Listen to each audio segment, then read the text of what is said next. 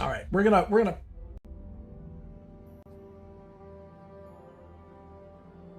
Okay, I'm gonna move this down to here.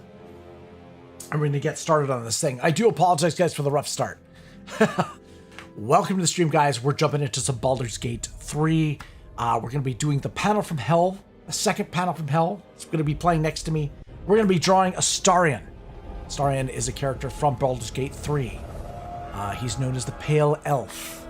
He is a, let's say, a certain vampiric breed, shall we say. So we're going to be drawing a portrait of Astarion. Where is it? I don't have my pencil.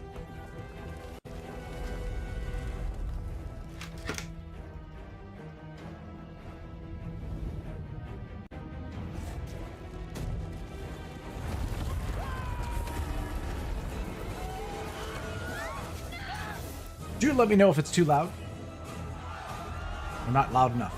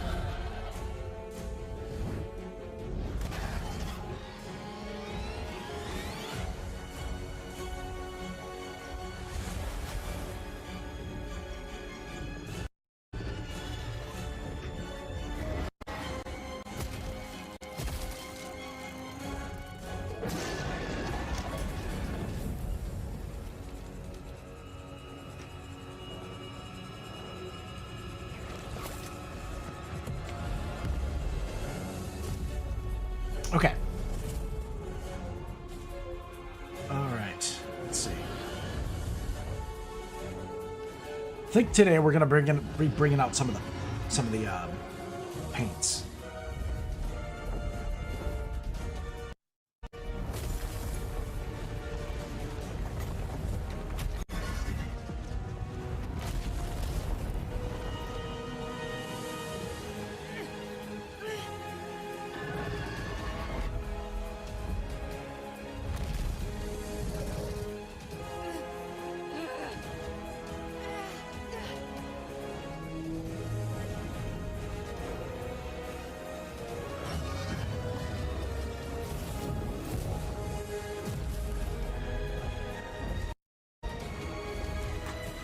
Noticing a bit of stuttering happening.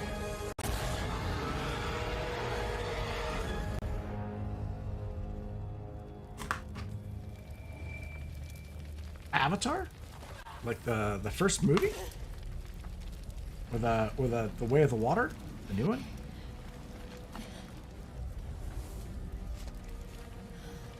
Jim's asking or saying he saw Avatar last night. And I do apologize. I didn't greet everybody here, and I do apologize for that. I want to welcome Icelander. I want to welcome Elizabeth, Stephanie as well. James Thorlington, good to see you as well. Oh, Steph, you're on your phone. No worries.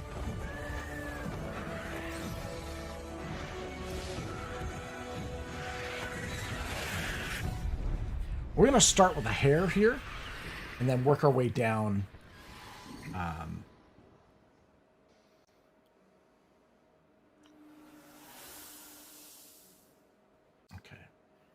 And there you go, everyone. Welcome to the panel from hell. I'm Jeff Keighley. A big day for Baldur's Gate 3, and we have a lot of information to guys about the game. But first of all, we started with that incredible CG. You've seen some of that before, but of course the end was brand new with the world premiere of the full CGI intro for Baldur's Gate 3. And from the looks of it, as you saw right there, we are going to hell in this game, and we're going to learn a lot about that reveal and so much more today. But we're not going to hell alone. I've got some special guests for this panel to give you all the inside scoop on early access for BG3. I'm joined by Mr. Larian himself, creative director Sven from Larian, of course, and also D&D unicorn Chris Perkins from Wizards of the Coast, and Larian's legendary writer Adam Smith. Guys, I have to say, Chris, I guess you didn't get the memo about the set here. It's like these guys. No, I did not. I'm feeling a little set envy. This is Well, my normal Sven's desk. he's got his armor. I mean, Adam's got the lights. I love it. You guys are full on method. It's a big day for BG3 fans. We've been waiting for details on early access, and I've seen the rundown, guys. Don't worry, we are going to get a date out of these guys by the end of the stream. They promised me. But first of all, let's talk a bit about the game. What was just revealed, Sven? The journey in Baldur's Gate 3 will actually start in Avernus, which is, the first layer of hell here. Tell us a bit about what we just saw and how that's going to tie into the game. Yeah, so hi Jeff and hi everybody. So we are in a lot of trouble. We were kidnapped, we were snatched by these mind players, these alien creatures. They put us aboard this nautiloid. They put a tadpole through our eye, so that's already not very pleasant. Then they were chased by dragons. They tried to escape from these dragons. They decided it was a really good idea to go to Hell, to Avernus, the first layer of the 9 hells, to try to escape these red dragons, but these red dragons managed to follow them. But not only that, they managed to teleport themselves right into the middle of a big conflict between devils and demons. And so me, as a player, I'm going to try to figure out, as a level 1 character, how the hell am I going to get out of here? And so our journey begins in the middle of the Blood War. And the Blood War is a big thing. Hail, Danny G, good to see you. Dungeons and Dragons. And as a matter of fact, actually, Chris recently, together with his colleagues at Wizards of the Coast, released a book about that, which was Descend into Avernus. Oh, there's the book itself. Tell us about it. So the Blood War, for those who don't know, is this eternal battle between demons. Demons and devils, right? Evil creatures of entropy that want to destroy everything, and devils who are evil subjugators and overlords who want to control everything. And that in and of itself doesn't sound like a bad thing until you realize that the Blood War tends to spill all over the place and onto other planes, pretty much anywhere. And so it's really just kind of bad for everybody. And it's been going on for such a long time, longer than anybody can remember, and is not to end anytime soon. All right. Yeah. And I'm just going to refresh this real quick for a second. It seems to be stuttering a fair bit. So it's really just kind of bad for everybody. And it's been going on for such a long time, longer than anybody can remember, and is not to end anytime soon. all right. Yeah. And And as far as hell is concerned, so if you don't know much about the 9 hells, there are 9 layers of the hells, and Avernus is the topmost layer. And that is where demons are constantly invading and devils are constantly trying to repel them. And so it's this tireless, ageless battleground heaped with corpses and shattered remains of flying citadels like you saw in the introduction. And it's in Descent into really Avernus, so we talk about in Descent into Avernus, there's a cataclysmic event where the Blood War does spill over into Faerun, and it's a city called Elturel, which is actually dragged into Hell. This all happens in Baldur's Gate Descent into Avernus, the D&D adventure module.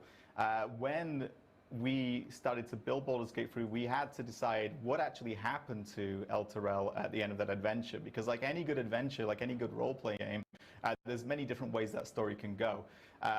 In our story, Elturel is actually, it is saved, but that's not the end of it. It's a cataclysmic event. It has aftershocks that are still passing through the world. So when we regain control of the Nautiloid, we bring ourselves back to Faerun and we crash land. And we crash land somewhere between Baldur's Gate, which is on the west and the Sword Coast, and Elturel. And we're going to see the aftermath of Elturel's descent. There are trains of refugees traveling through this area, and we're going to get caught up in their stories. We can help them, we can hinder them, we can get involved in their stories, but that's not our story. Our story goes back to this thing inside our brain. And if you could talk a little bit about that, the parasite, Chris, and what that's actually doing inside us right now. Yeah, so mind flayers, they're awful, but mind flayers do not procreate the way most other creatures do.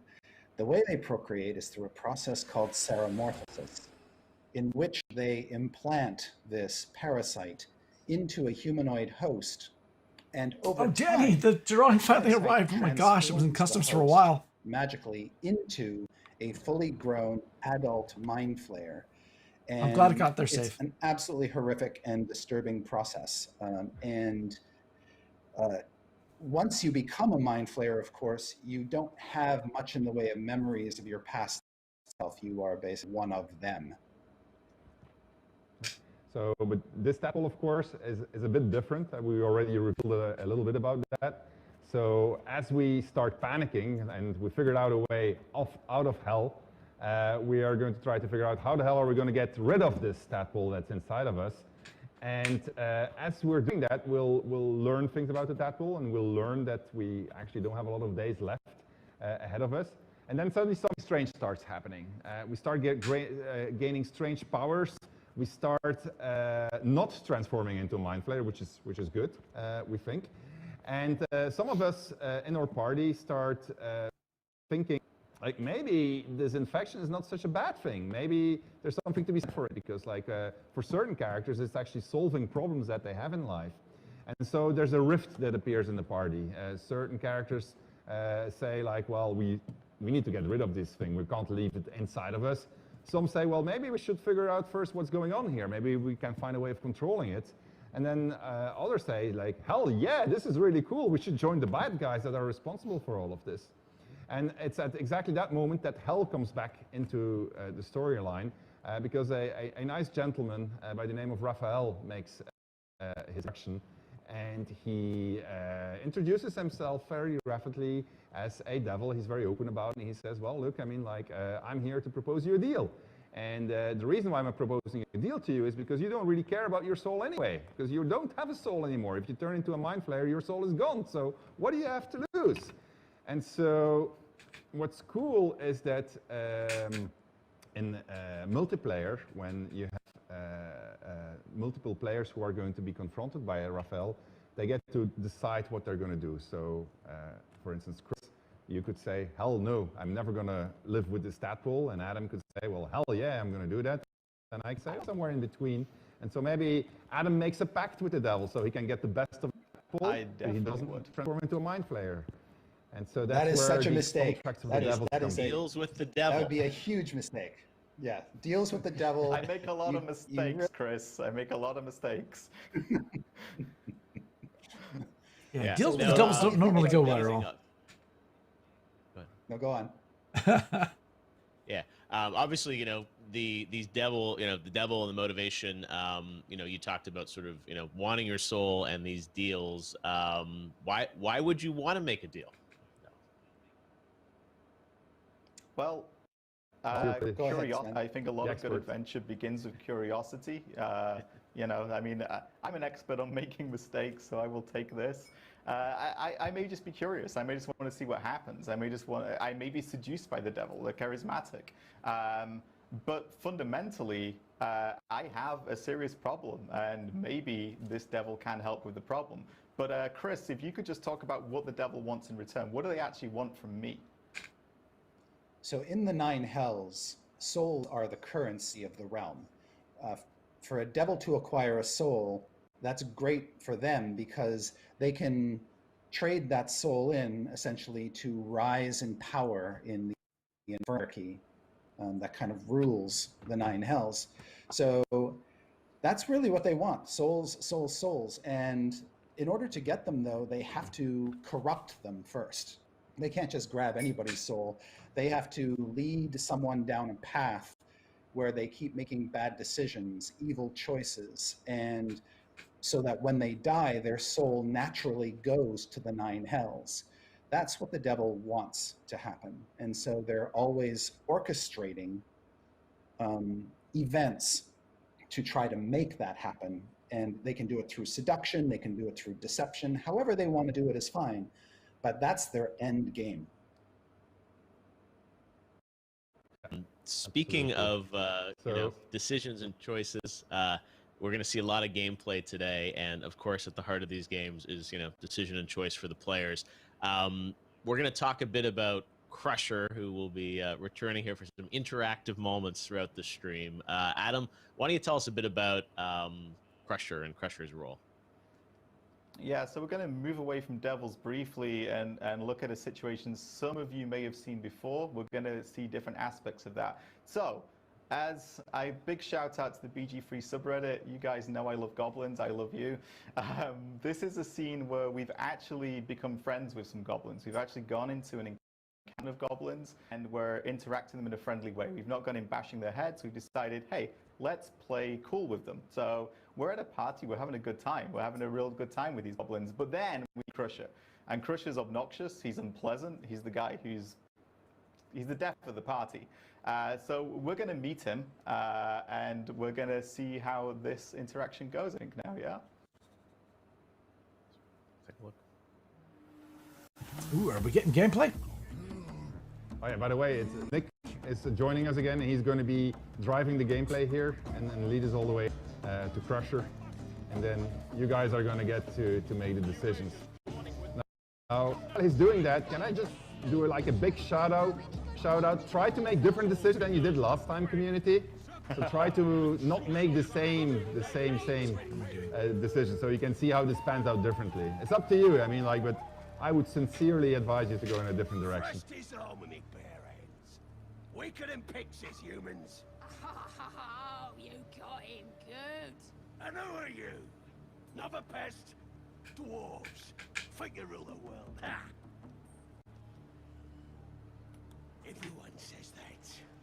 And then they spit in our faces. But no more. It's a changing. We got the absolute on our side now. You better learn your place. Go on. Kiss my foot.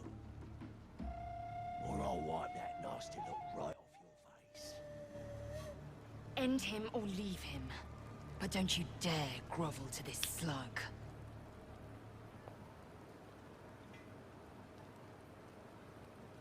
All right. Do I need to rip your ear shells off? You heard me. There's our choice. 4 options. So in the chat, you guys can select which one we should actively choose here, and then we'll come back a little bit later in the stream and see how this So it sequence says, plays out based on do I need to rip your ear shells off? But, You heard me. And it says, follow the guys, goblin's which orders one and would kneel you down for suggest now. the I'd audience soon pick? spit Let's in your sway them face. out of the 4 options. Use a charisma roll, and how about you kiss my feet instead? I've got a bit of a Or attack the rogue goblin. temperament, and I'm kind of tempted by whatever that is on his foot there. So I'm of a mind to go with option 1. Sven? And, oh, go on, Sven. All right. No, go ahead, Adam. I go ahead. Well, I already said I'm a friend to all goblins, so I'm kissing that goblin wherever he wants to kiss. Sven? So I'm intent on showing players a different outcome than they picked last time. I'm pretty sure they're going to pick exactly the same thing they picked last time, because that's how people are. But in the case that they want to follow my advice, I would suggest that we spit in his face. I mean, like, I think that's a very powerful move. On top of that, Elizabeth is going to approve of this. So I would just go for spit him in the face. All right. Well, But 3 of the 4 the options COVID have been selected.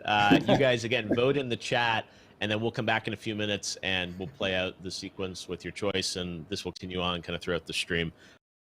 While we tally results in the chat, wanted to ask you guys on just development of BG3, how things are progressing on the game. Obviously it's been a difficult year for all of us, and especially game developers working from home. Now, guys, remember, this in is this, COVID this is pandemic, COVID, world. right? COVID So just Sven, hit rampant, I wanted to ask you, and like, so that's how why they're is all doing a Zoom development call. going? We know we're going to get an early access date out of you guys, hopefully by the end of the stream here. What's it been like to make BG3 this year? Are things progressing as you'd like?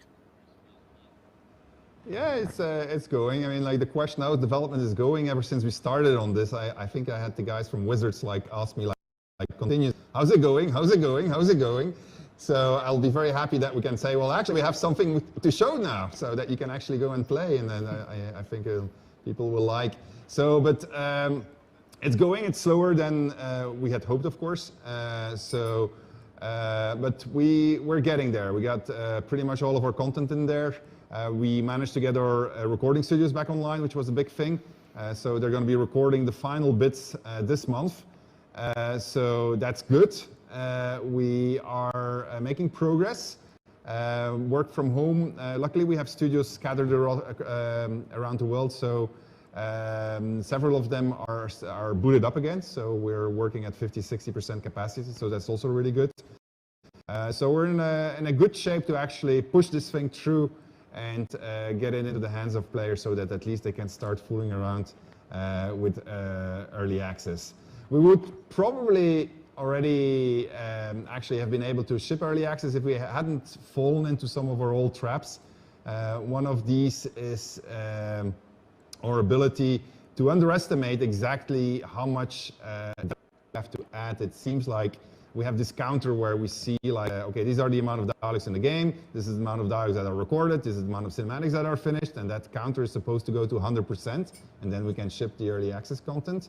But the thing this counter has been doing, it went from 70 to 80 to 90 to 80 to 70 to 60 to 70 to 80 and so forth. And recently it's been trying to get to 100%, and it's been hovering around 95% since forever. And so that has everything of course to do with the fact that for each dialogue we write, 2 new dialogues pop up as edge cases appear. Right, Adam? Yeah, first of all, sorry. Second of all, there are multiple reasons for this. This is the first game that the scale that I've worked on, and one of the things that we are very, very keen to do is to make sure this world is as reactive as we can possibly make it, because that benefits all of you when you play. So as we build a situation, as we build a quest, as we build a dialogue, what we find is that somebody within a team or somebody within a different department might say, well, I'd love to be able to do that, or I'm going to approach from this angle, or I'm going to break the timing of this and the chronology of it. And we don't say no, we say yes, and then we adapt to that, and we make sure that the dialogue makes sense, that the way the world reacts makes sense, and that it remembers what you did. And that just adds complexity onto complexity, and it makes for a really, really satisfying experience. And the other part of that is that if somebody has a really cool idea, then it tends to find its way into the game. And we have a lot of really smart people who have really good ideas, and those ideas do end up in the game on the whole.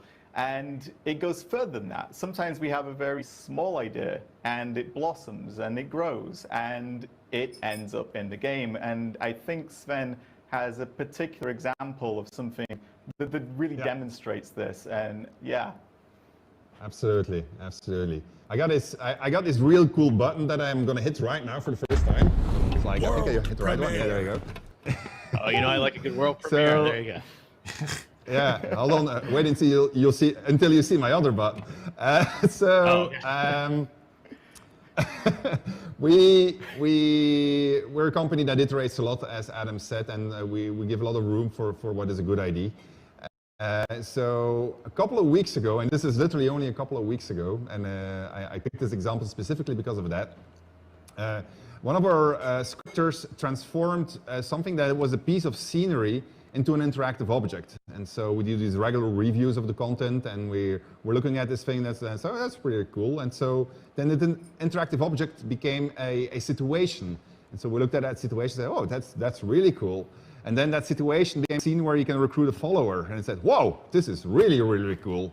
And then now there's an entire movement within the company trying to make this follower into a companion, which is where I said, okay, stop. So we're not going to start doing, otherwise we're never going to end. But it's a very cool example of how the game gets better, how it gets evolves pretty much like a tabletop campaign would go together with the players. In this case, the players are the developers. And it's also something I'm very proud of what the team did, because you literally have to realize that what you're about to see right now, 2 weeks ago, did not exist. And it was just a stupid object somewhere sitting on the line of a nautiloid. So I'm going to hit my button again, and then we're going to have a look at, oh, there's my button again. Or lobotomy. World premiere. All right, let's look at it.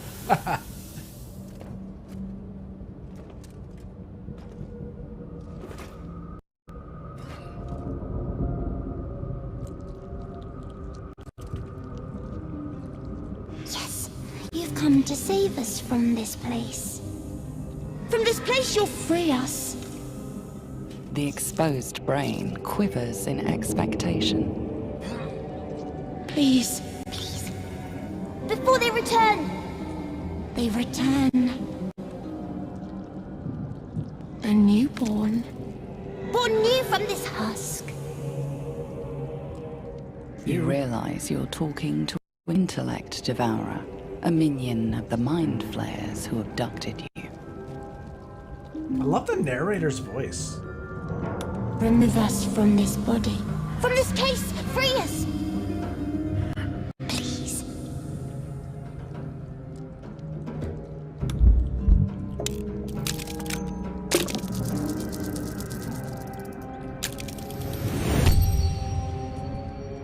You notice edema, a swelling of the brain causing pressure where it strains against the shell of the skull.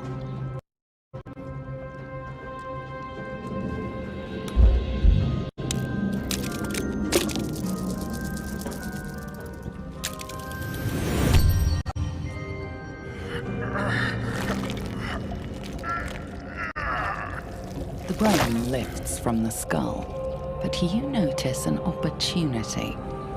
You could cripple the strange creature, making it more subservient should it prove a threat.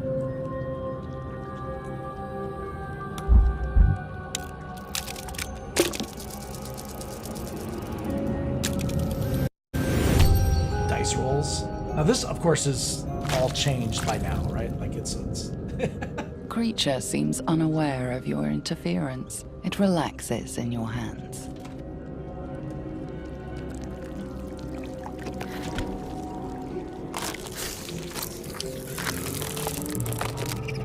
We are free. Our freedom is ours, friend.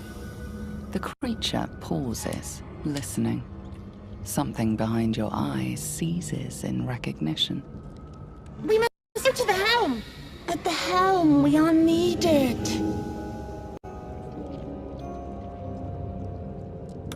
Us. We are us. To the helm we go. We are going to the helm.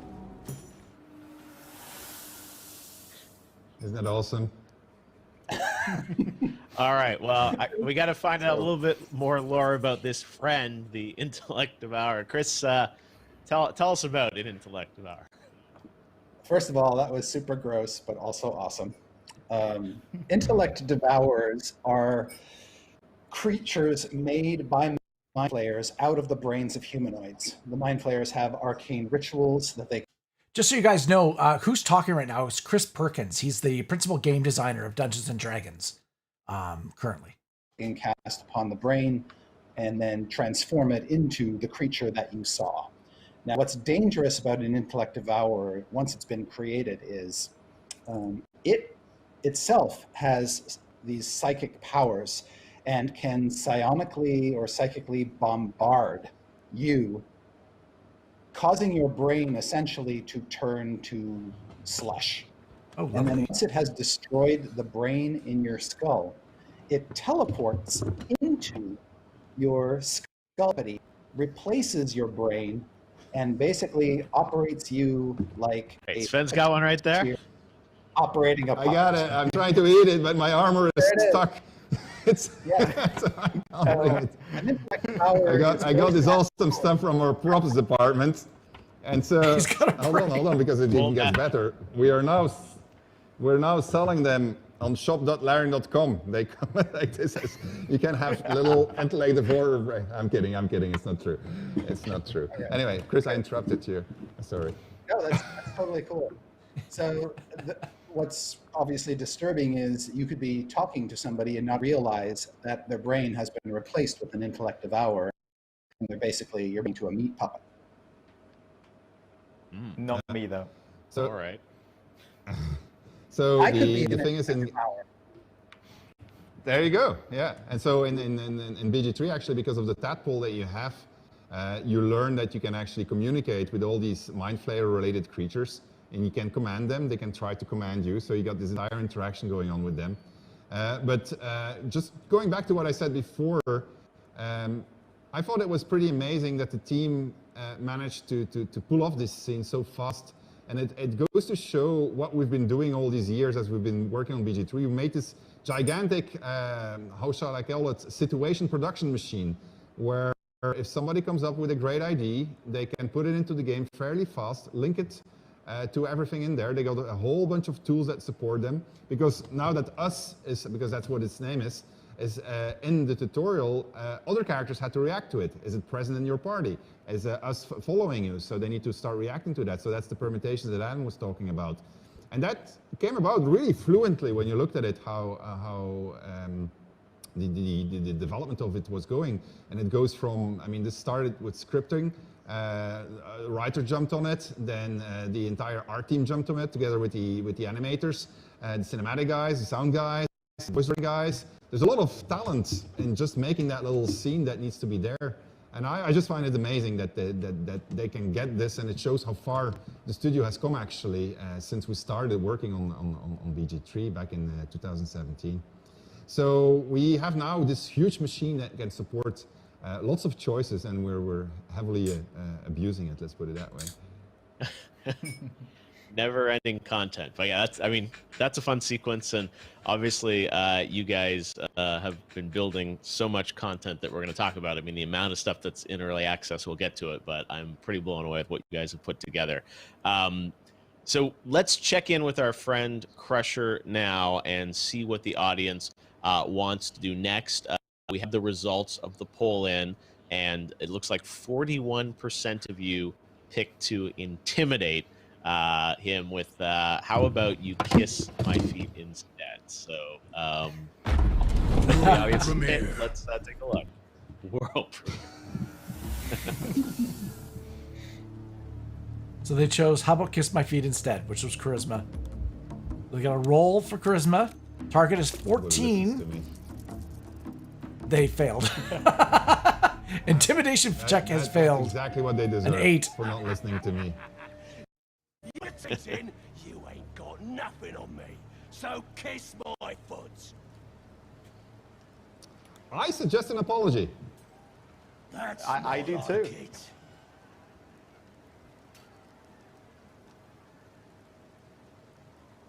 All right. I couldn't read what you did, Nick. All right. All right, the next choice The next choice is kiss his foot and get it over with. Number 2 is give the foot a long lick. About, how you Number 3 is dexterity. Kiss the foot and try to slide the ring off his toe. We'll select. Or number 4 is back away. All right, so we've seen a glimpse of Avernus, goblins, intellect devourers. A lot of folks watching this, I think, want to know early access. We're going to get a date out of you, but also like the content of a. What can we expect in terms of the scale and scope of what you're going to put out into the world for players to play around with, Sven? I'll take this actually. Okay, Adam. Yeah. Yeah. No, I'm going to take it, Sven. I think that, as you say, you've already seen, just for early access, you've got multiple planes of existence. We're showing you Avernus. We're then taking you to Faerun, and when you get to Faerun, you're going to see Dungeons and Dragons, which you might expect. You're going to see temples. You're going to see a big chunk of gameplay on the surface world. A lot of it we haven't shown yet. You'll get to meet those goblins. You'll get to meet a lot of other people as well. And we've already teased the Underdark. He will be going to the Underdark. There's a lot to see. There's a lot of secrets and mysteries down there. There's a lot of danger down there as well. You're going to meet a lot of different characters. Some of them you may recognize if you're a D&D fan. You already met Volo previously, and he made a brief cameo, I think, earlier today for an eagle-eyed who spotted him. But you will meet lots of different characters, many different characters. You're going to see different factions of which you'll recognize, some that we've invented ourselves. And of course, there's going to be a lot of monsters on the surface and in the Underdark. And those monsters include... World premiere. A bullet. Now, Chris, could you tell us what a bullet is? Yeah, a bullet. A bullet. Is a We've drawn that here on the channel. large monster that sometimes goes by the name land shark. It's like a land shark. What it does, as its name suggests, is it burrows under the ground, just below the surface, churning up the earth as it goes, while it hunts. And then when it sees something it wants to eat on the surface, it bursts up out of the ground to chomp on it. And it's big and terrifying. That's all I'll say. I mean, you have so much content in EA. I know we were talking earlier. You thought it would be 20+ hours of stuff for folks to play around with. So lots of stuff to it. And I think people probably want to know also about the classes, like what classes are going to be available, what level will we be able to reach in early access. Can you give us any kind of details there, Sven, on what we can expect? Yeah and no. So, because we are since we're still building the early access content, we're still slightly hesitant to announce all of the classes that are going to be in there. But I think that we should be able to cover at least a few of them. Chris, what do you play actually for the moment? What is it? What would you play? So I often play rogues. I'm also a fan of fighters, and I like rangers because they're in touch with the primeval natural world. All right. Those are my favorites. Well, we'll have all of those covered, so that's already something. Oh. And there will be more. So we'll have a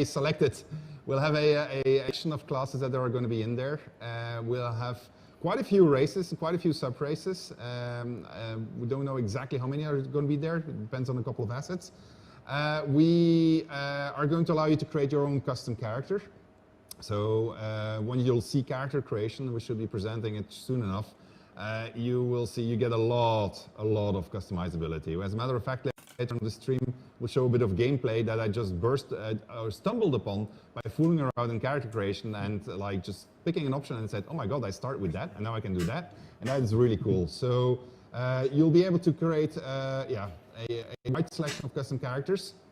And we'll let you in early access play up to level 4. Now, before you go saying, what, only level 4?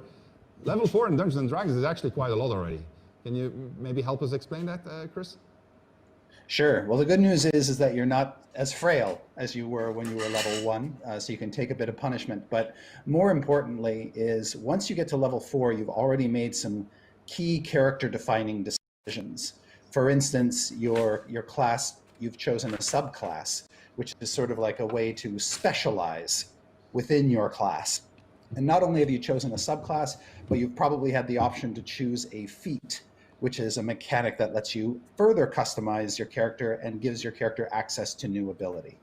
And obviously, if you're a spellcaster, by the time you hit 4th level, you're starting to get some fairly interesting spells. Can you handle a bullet? Even a level 4. Yeah, I was going to say, you're still going to struggle when we throw a land shark at you. You're still going to get shot. Yes. Thankfully, you'll be traveling alone. In early access, there are 5 companions that you can recruit that you'll meet during your journey. I'll briefly mention who they are. You will have met some of them already. You've been following our development. But here's a quick rundown. So there's Will. He's a human warlock who might feel either very at home or very alarmed by where I am right now. There's Shadowheart, who's a dark cleric on a mission from her goddess. Astarion, who's a very unusual character. He's a vampire spawn, so he has some unique mechanics. Lizelle, who's a Githyanki warrior, who you see in the CGI intro.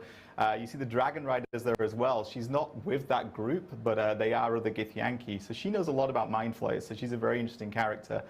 And there's Gale, and Gale's a human wizard who has more things going wrong inside him than just a tadpole, but we'll say no more about that. Now, with all these companions, I think everyone wants to know, can friends play companions? Are we going to get multiplayer in, at least in EA? So not instantly. So we'll introduce you to play as one of the origin characters later on. That will give people the opportunity to get to know the companions from a third-person point of view, if you want, just by recruiting them. I gotta say, depending on which companions you pick, we talked about permutations earlier, you'll get a completely different experience. Like if you, for instance, if you take Shadowheart and Lysel, they can't stand each other, so that gives you completely different dynamics than if you take characters that actually like each other. So you should be able to have a lot of fun fooling around with these things. And we will have multiplayer in there, so you will be able to play with a party of up to 4. You'll be able to play online, you'll be able to play in LAN. We won't have split screen available from the get-go, but that will be added at some point during development also. So there's going to be quite a lot of things that you can fool around with, because between the class choices that you'll have and the race choices that you'll have and the choice of companions that you can have, that's already, when you start adding up all the permutations and you see what it means in game to have made those choices, that's already a lot of content that is going to be present in there. Yeah. You talked a little earlier about like still figuring out quite what classes will be available. EA, I mean, it's like there's still things to be done, but I know we're gonna pin you down on a date by the end of the stream. You promised. What is there left to do, kind of between now and when you let the world in for early access on the game? Right. So I don't think we're going to add much more characters like us last minute anymore. So that was just really because they were still working on the tutorial area. I have to say the tutorial area is not finished yet, so we need to finish that one. We got the Act 1 that Adam talked about, that's done. So all the content is there. We're still balancing. There's some assets like the bullet that we talked about earlier on. Right now it looks like a bear because it's using the placeholder for bear, but soon which is terrifying when it comes out of the ground.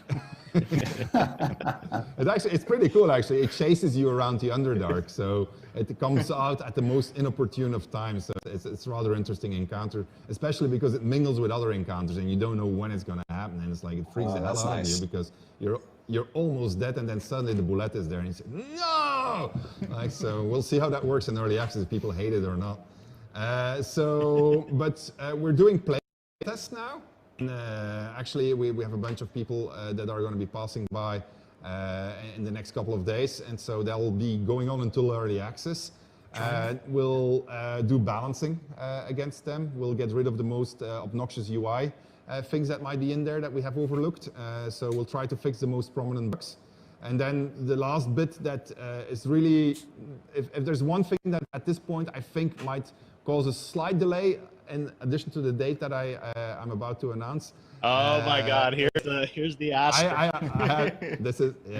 It's the asterisk. It's the optimization. So the game is coming out for both PC and Stadia. We want to get the minimum specs fairly low. Stadia doesn't exist anymore, start so fooling around with it. No longer the case. So there's a bunch of optimizations that need to happen, and optimizing is a very special profession.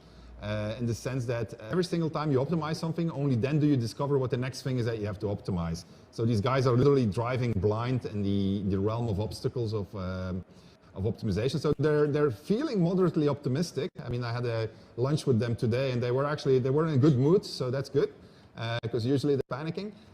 So we'll see how it goes. So it's looking okay, and I'm optimist by nature, so I'm just going to stick to that, and so I hope that everything is going to work out. I was going to say, we still get data. Don't pull the date at the end. We need to get dates. No. Obviously, there's so much to this. We will give you guys a date. Don't worry. But Sven's always super honest with everyone about stuff. So yeah, we want to talk a bit more, I think, about the gameplay of what you're going to get in early access on Act 1. But before we do that, let's check back with Crusher to see what you guys picked. And based on the last prompt, it looks like 65% of you picked to kiss his foot and attempt to steal the ring. So we're about to see. You're going to try and steal the ring. All right. Ring heist. Yes. Let's see how this goes down.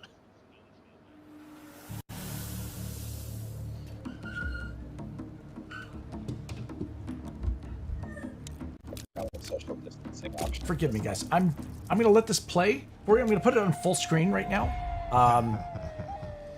Good riddance. You deserve all of that. You didn't listen to what I said. The reason was I need to go check on my dog. I'll be right back. To the muddy taste of something better left without description. You enjoying that? Disgusting, slimy. You stinking thief! I'll rip your fingers off! Well, you ruined that. All right, well, That's Nick is what you going to have a get. lot of fun trying to get to the next section. Let's see if he's going to manage to do that. So there's a, as we're looking at this disaster in the making. Yeah, this is not gonna end well.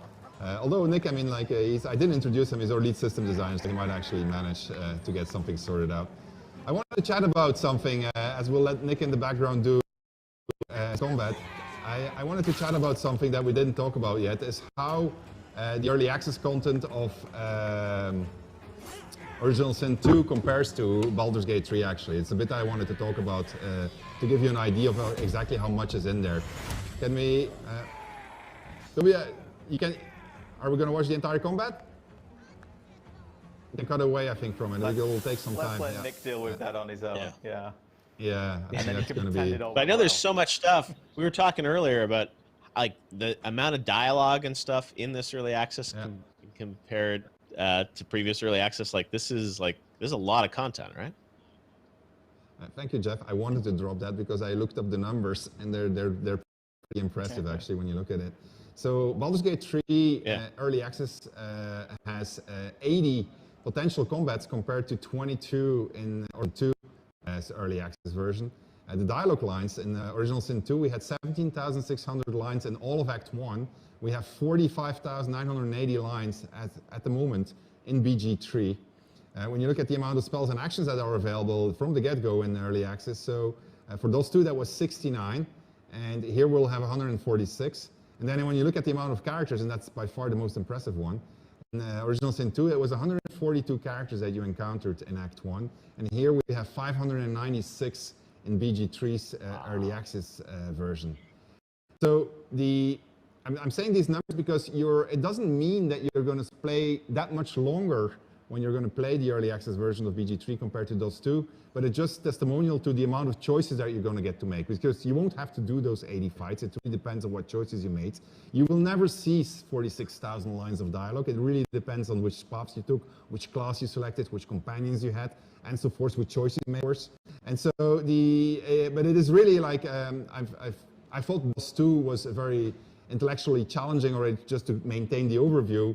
But then when you look at BG3, it's like it's so much, it's with such a higher level. I mean, I think Adam, maybe you can chat a little bit about what that means on your side, from the way where you're sitting when you're writing these dialogues. Yeah, I mean the number is important, obviously, but really what's important is that they're interesting, that they're quality, and that they are responsive to the way you play. So we don't want to deliver 45,000 lines of dialogue to you as a speech. We want you to discover them. We want you to interact with them. We want these to feel like conversations. So you're going to get, on a playthrough, the ones that feel right for your playthrough. And I'm going to do something that I'm going to implore you all now. We know that most people tend to be good people when they play CRPGs. It's the metrics show us that. What I'm going to ask you to do is, if you play early access, use as an excuse to do the bad thing. I want you to be your worst version of yourselves, because some of my favorite situations and characters in this game you may not even speak to if you don't try those evil routes. We don't want this to be you clicking the hero button or you clicking the villain button. We don't want it to be like that. We want the world to react to the things you do, and we want you to have reasons for doing them. So if you're doing something terrible in this game, you can probably justify it because you're in a bad situation, but you can also just be really, really bad. And when you're going to meet some of these, how many characters? 596. Some of those characters you'd never speak to. Some you just kill if you're playing the good option. And some of them have really interesting stories to discover. So I beg of you, be evil just this once, but be good in your lives. Early access is a really good opportunity for this. It is. I was going to say. It's a good place to explore these things. Yeah.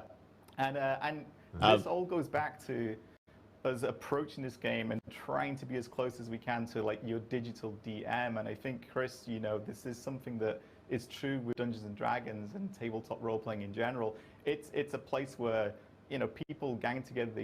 They want to be heroes sometimes, and sometimes they just want to burn the world, right? Oh, we lost Chris there. Lost Chris's audio for a second. Yeah. Sorry. Yeah.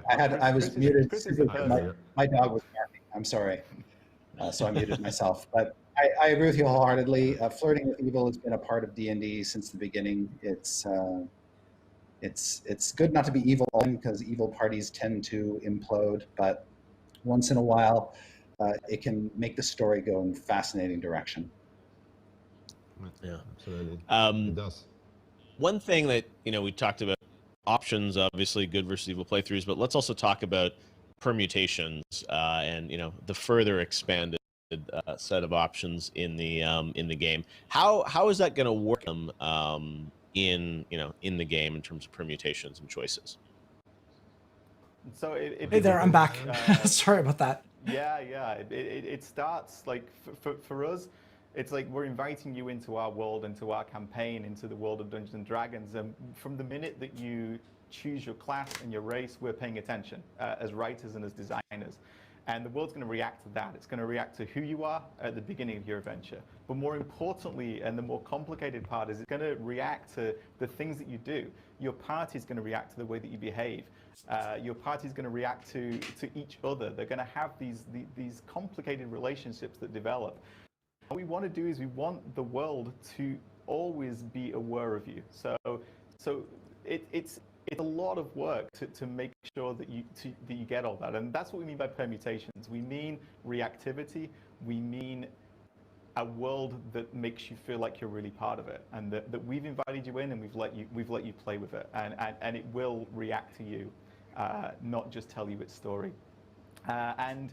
It's a lot of work, and if you think of it from a DM perspective, we have this huge detailed world that we created, all these different quests and storylines, and what happens sometimes is you invite somebody like Sven into them, and they do something that you didn't expect, and something which says, oh, you know what, I'm not going to engage with this stuff, I'm going to do something completely different. This is what Sven discovered the other day.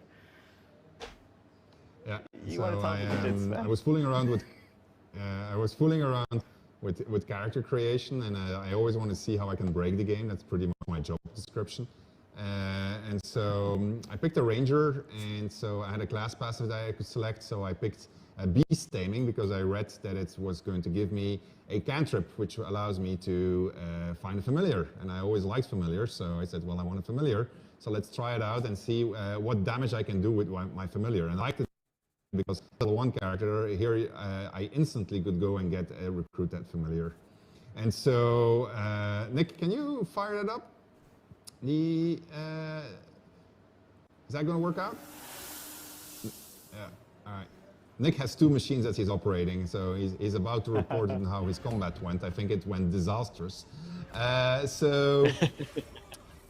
Here you see him summoning a spider, so he has a whole bunch of familiars that he could have picked. He could have picked a crab, or a cat, or a raven, or something more interesting.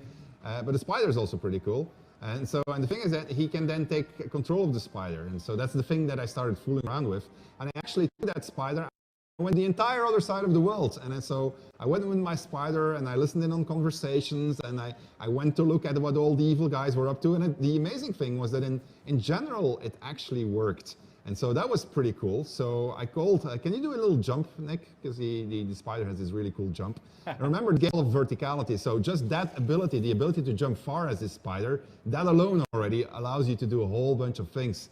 But the spider can also cause mayhem. Can you go in and bite maybe? So this is a little bit further. There's a character called Shadowheart. She's one of your companions. So maybe bite her in her leg or something. Here we go. Up. Oh, shit. Oh, critical hit. Oh, she didn't feel it. Do it again, Nick. Oh my God. Oh, she doesn't react. She's supposed to react. Oh no, it's failing live. Oh, there. No. Oh, okay. So she is reacting. I guess she didn't feel it through her chainmail there. So things like we chatted actually after me doing it, and I said, "Are you going to put a leash on this?" Because that's normally what a developer would do, right? They would say, oh, "Okay, well, you can't allow this to do. It's going to break the entire game. You have to make sure that you can maximum go 20 meters away, or some silly rule like that." And so we looked at each other and said, "Nah, we're just going to leave it in there. I mean, it worked for the most cases. So let's see if the scripters can make it work across the entire game." And so the one limitation that we put on there is that the spider can't go through doors. So that's it. They can't open doors. Obviously, they would be able to go through doors, but with them to do level transitions. But other than that, you can take your familiars. You can take a cat. You can send your cat somewhere, and then you can get the cat to what's it called? Draw people's attention. It has a different name, but draw people's attention so that people start looking at the cat, which is great for your rogue as he's sneaking through somewhere in the dark. So all this systemic gameplay comes into play just by that one little choice, you know. I just selected beast taming. It gave me a cantrip, find familiar, and now I have all these new options. So now imagine that you're playing in multiplayer and you're doing all these crazy things. And now imagine that you're the script who have to think of all the permutations that are going with this. And so that is one of the things when we're talking about permutation. But we have more actually. Nick, could you manage to get yourself into a situation with, he has all these save games, and so can you get into a situation with animal empathy or an animal talking while maybe Chris explain to people what the difference is between animal handling and speaking with animals? No, wait, we'll let Chris explain it first. Can we jump back to Chris, please? Yeah, we can't hear him. We're muted. No, streaming. Muted, Animal handling. I've been there. I hear it. Right? Yeah, Yes. I get it. So animal handling is a skill in D&D, and you use it to convince animals to do things. And it's not like you're communicating with them specifically. These are animals you're not talking to. You're just saying, okay, there's a horse over there that doesn't like me. I want to change its mind about me. Or there's a wolf that wants to eat me. I'm going to try to persuade it not to, or maybe feed it some other food and convince it to leave me alone. Those are great uses for the animal handling skill. Whereas speak with animals, the spell allows you to have a two-way conversation with a beast. Yeah, and so when we were starting to prepare development for the game, we looked at animal handling, and we obviously had done a game in which you could speak with animals with Divinity Original Sin, and say, so what are we going to do? Are we going to put animal handling in, yes or no? Because it actually means we need three dialogues. And we need the dialogue when you click on an animal where you're just not handling the animal. We need the dialogue that you're handling the animal. We need the dialogue that you're speaking with the animal. So it means every single animal is going to come with at least three dialogues, not counting the permutations that are going to come out of this. And so then we looked at each other and said, well, we have no choice really, we have to do all of it. And so this is how we brought animal handling to the game, as many other things. And so we'll have a look at what animal handling looks like in the game. But first, I have a question for Chris. If you were to DM a campaign and somebody wanted to try animal handling on an owlbear, would you allow it? Oh yeah, I would allow it, because an owlbear, even though it's classified as a monstrosity in the D&D game as opposed to just an ordinary beast, it has a very animal-like brain. So yeah, I would definitely allow it. Excellent, because that's literally what we said. And so I was going to say, it's Nick like versus the owlbear. So you got, you know, you've got living things you can speak to, obviously, owl bears, spiders. We're going to see the owlbear, right? We should see the owlbear. owlbear. We're going to show it? Can we cut to the owlbear? Yeah. Oh, wow. And, Okay, cool. can we keep in mind as you watch this that Chris just referred to this as a monstrosity? Although it's The owlbear. You don't know what the role is going to be out of. Oh. You feel the quake of its heavy footsteps before you see it. An owlbear. Ooh, it's a big owl bear. So awesome. Out of the darkness. Wow, this is cool. He's going to try animal handling now. So bear in mind, if you had speak with animals, he could have talked to it. Yeah. The owlbear's one good eye flicks away for a moment.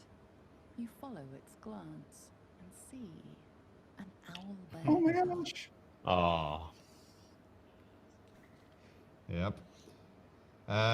So we're not going to spoil everything tonight. But the Owlbear Cup, if you manage the situation really well, leads up to multiple other situations in which you find that Owlbear Cup. And if you really, really play your cards well and your dice roll well, then you can actually recruit that Owlbear Cup in your camp, and then you can see the things that happen in your camp.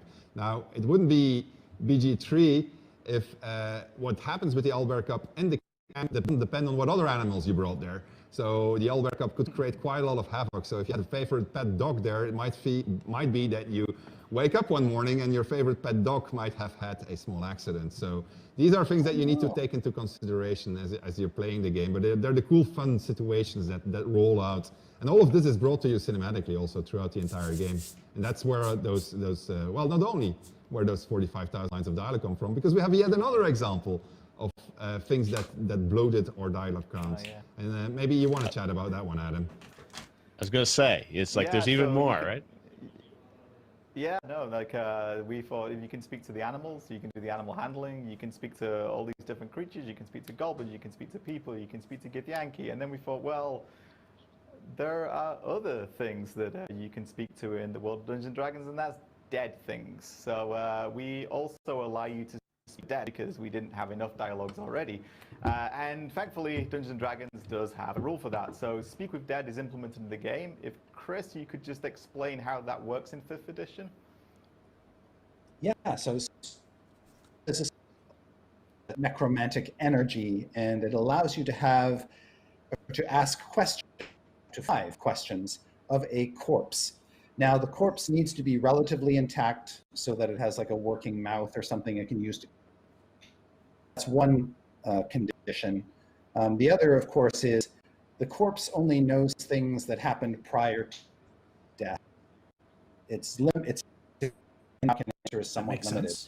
Also, the corpse is not always necessarily friendly to you, and as precise an answer as you want. So when we were implementing this, Chris, you cut away from me there. Did you guys hear Chris? I didn't hear him. You're back now. Yeah, he's back. He's back, back alive. Okay, there's nothing wrong on my end. It was just something in the system, I guess. But I was going to say, so Speak with Dead is a spell that lets you talk to a corpse. And you can ask it 5 questions. Go on. All right. Are we? Yeah, We're good? sorry. All right. You're good. We can hear you now, Chris. Necromantic energy to communicate across the void. It's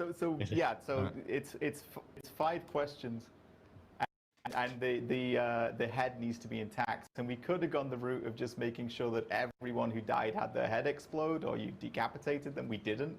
So there are a lot of dead people that you can talk to in the game. And we've implemented as close as to D&D rules as we could, and we've got a pretty cool take on it, I think. And I think we can look at one of those, right? Yeah, that is correct. So this is actually on the very beach where you will crash with your nautiloid after you've played the tutorial area. So we've shown this area before, but there's bodies lying there, and so he's going to take a scroll, Speak with Dead, and then he's going to have a chat. And so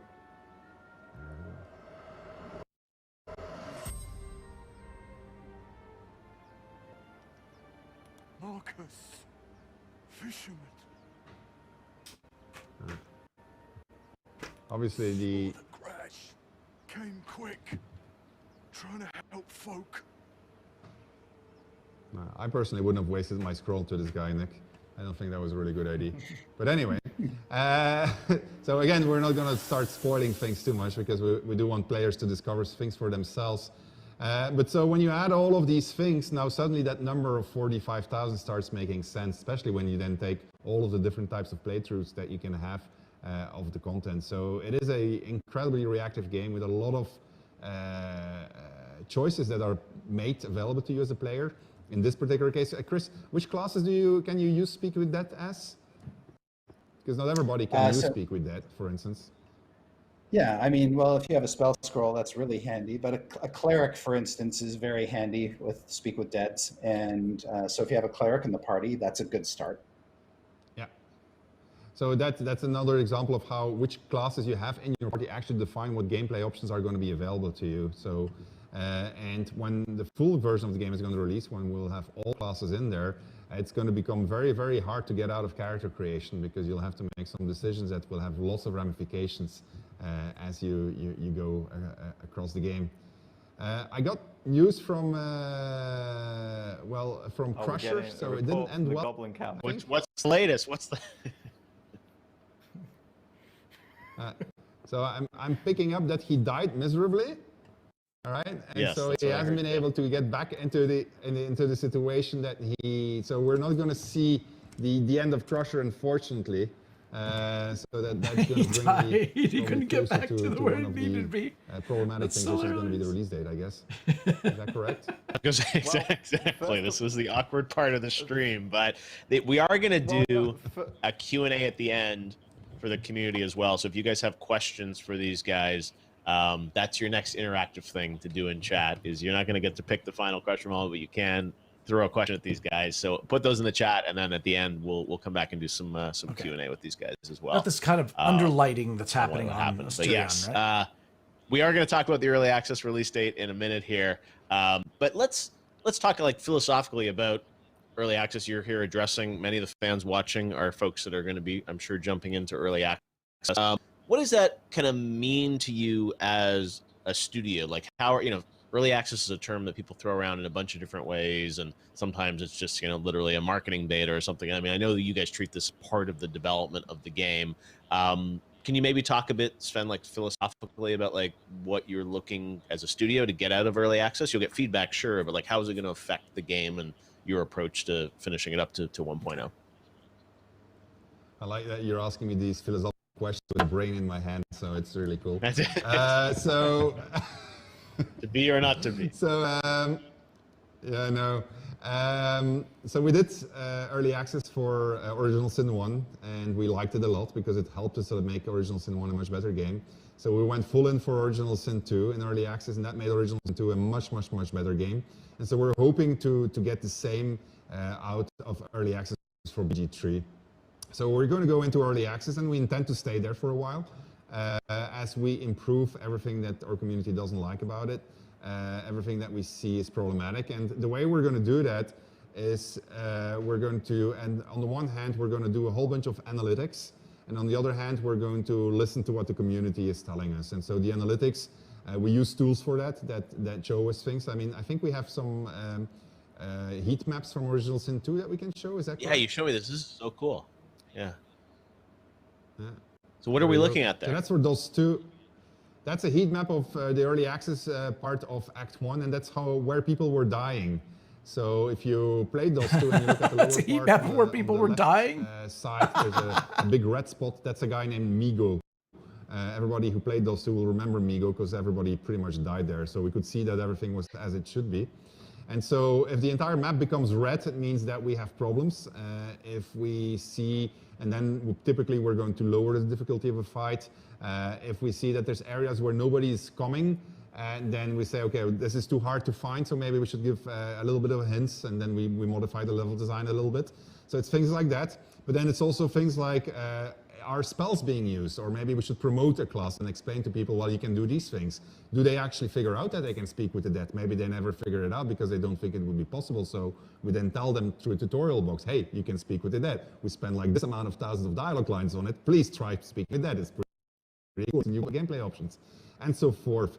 So that's the analytic part, but then there's also the qualitative part where we just engage with the community, not necessarily directly on the forums, but we do read them, and then we use what they tell us to drive internal debate over how will we change things. Like one of the really big examples from Original Sin 2 was we had this thing called durability.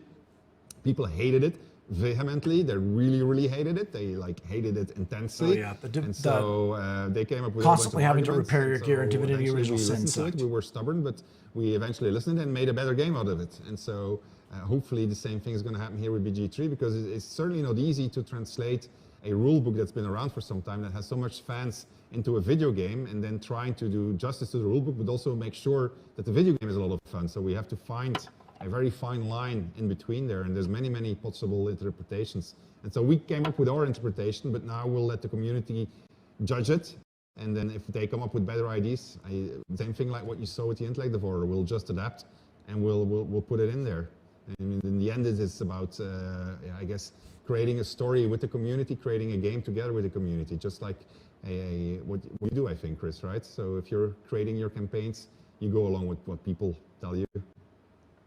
Exactly. D&D is a shared storytelling game. So the best ideas come from all around, you know? Hand the last, maybe. Yeah, Excellent. So this is literally it. Yeah, well, I'm sure the community...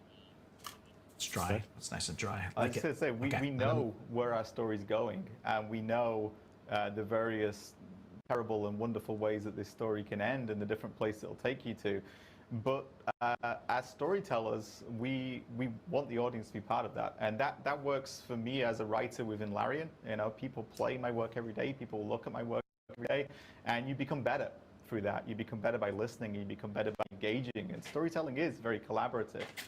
So if there are characters, just as in a tabletop campaign, if there are characters that people particularly love or particularly hate, then we may notice that. And you know, it's already happening. We're not even in early access yet, but we see you guys talking, and we see the things that amuse you and that you're interested in, and you know, we do pay attention.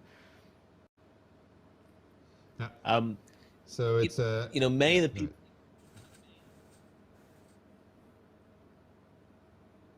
You're on, Sven.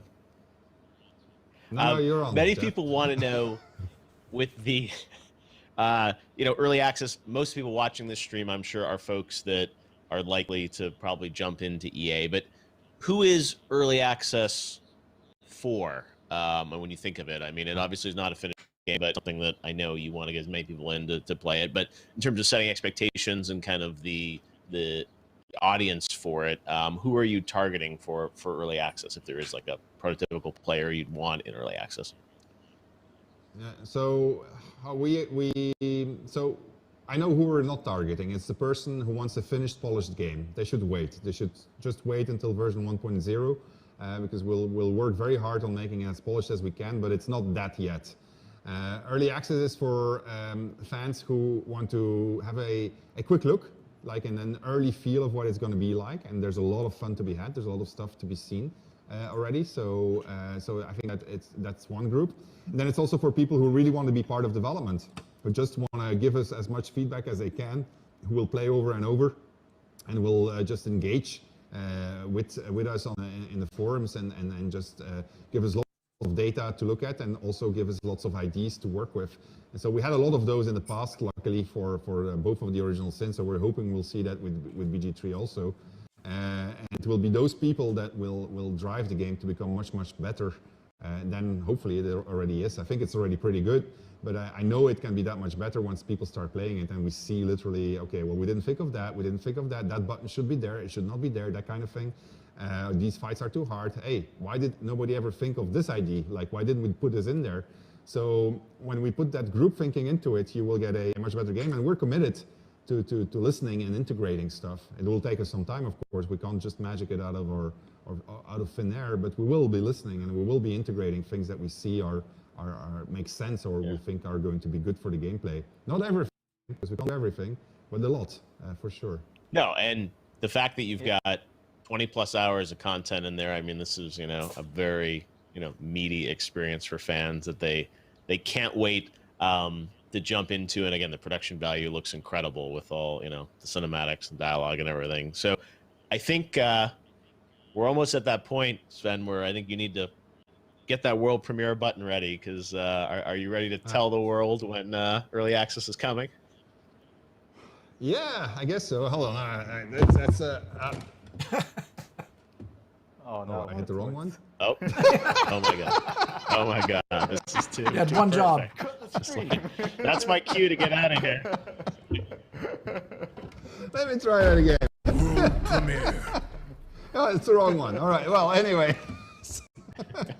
All right. Let me do it properly. All right. So. World premiere. There There you go. So the date that we're targeting for the moment, and we think we have a really good chance of hitting, is September 30th. So on September 30th, hopefully you will find a game that's going to be fun to play from day one.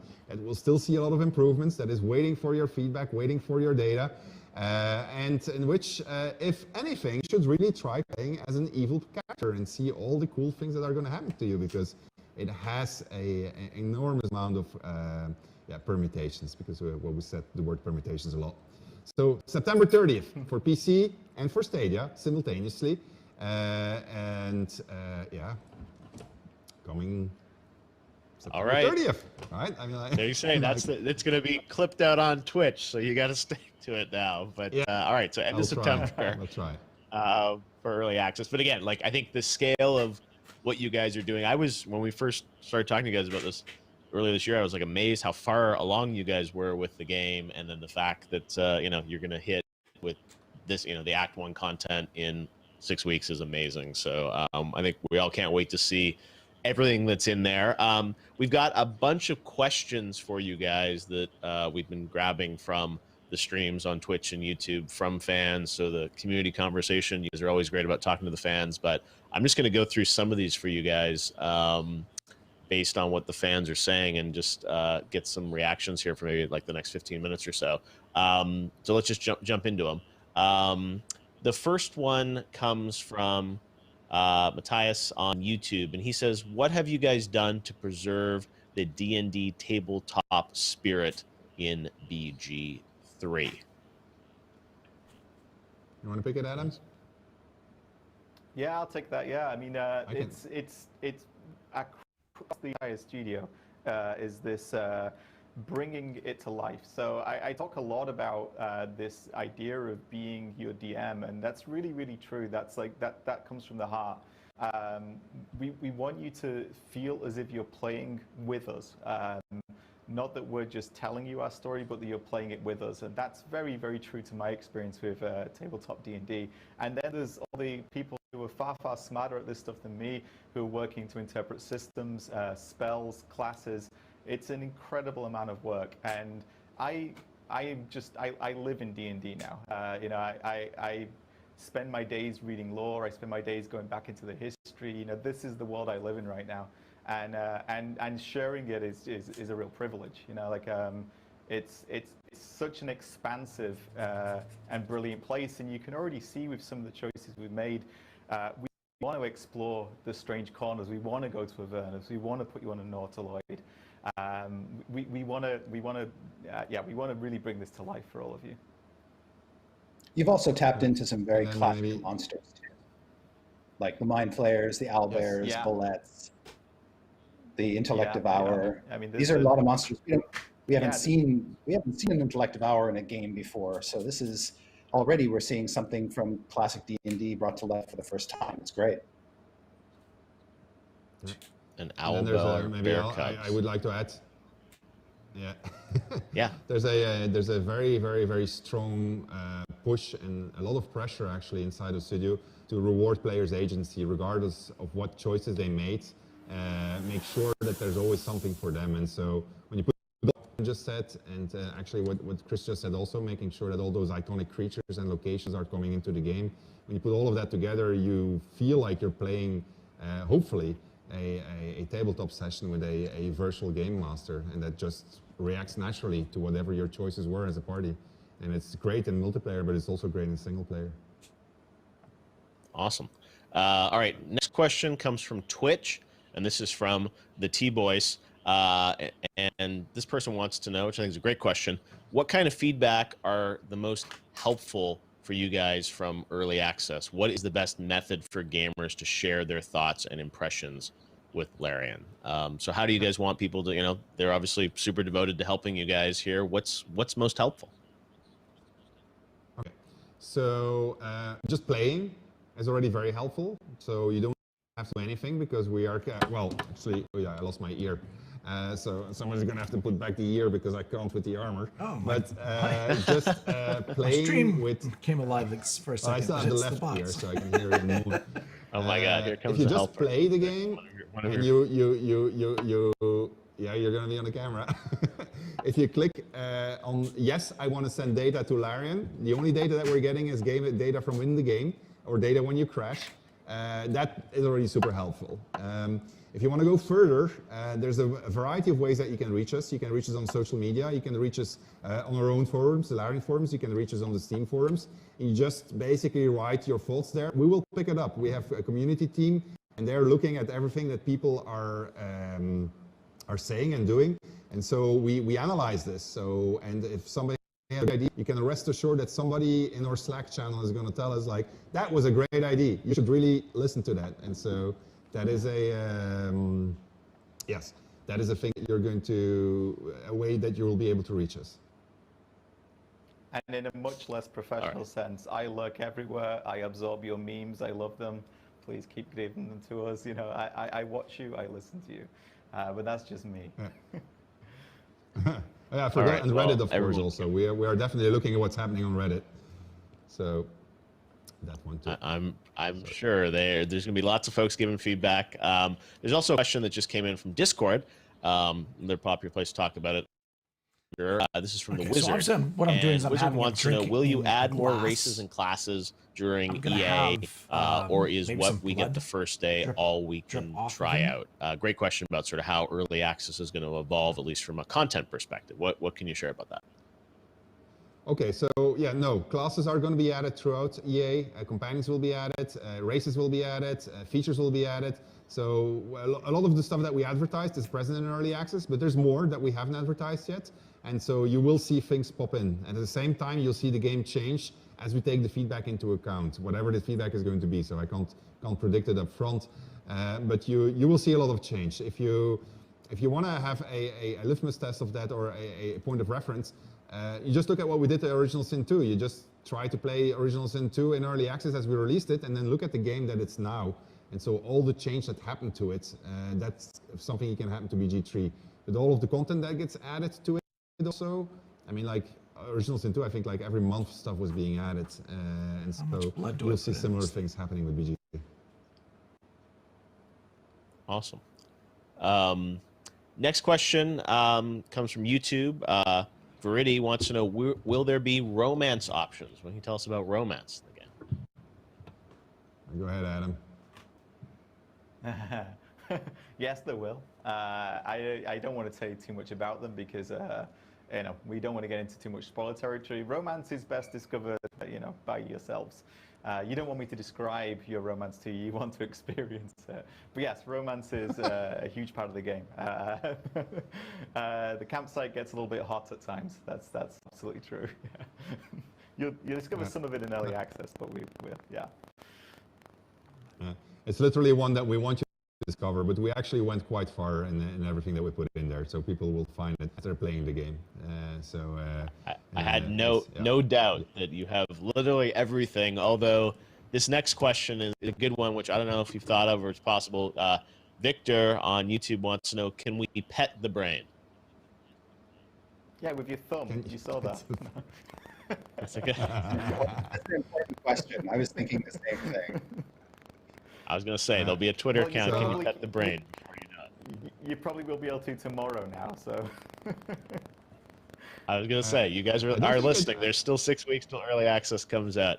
Another question comes from YouTube about backgrounds for the custom characters. So, you know, tell us a bit about that. Like how much can you pick or build out kind of a, you know, background or origin story for characters? So there's a bunch of backgrounds in the game. So they have systemic benefits, which are going to help your characters throughout the game. What we didn't do, and because we did start with it actually, we had backgrounds actually also give you a whole bunch of options. But then as we started implementing the dialogue, we actually had quite a lot of problems with that because folk hero, for instance, you got a tag option inside of a dialogue that says folk hero. And then the question from the writer was, yeah, but sure, but why are you a folk hero? What did you do as a folk hero? How did you get here as a folk hero? And so from the dialogue option point of view, the background options that were put into the game, we focused heavily on the classes and the races, and obviously on the things that you've done and earned throughout the game. But we didn't put the backgrounds in there, but at the systemics level, backgrounds do have an impact across all of your classes. Okay. Good to know. Next question, you sort of hinted at this earlier. For Lark Arn wants to know, have all the recruitable companions been revealed, or are there more to come?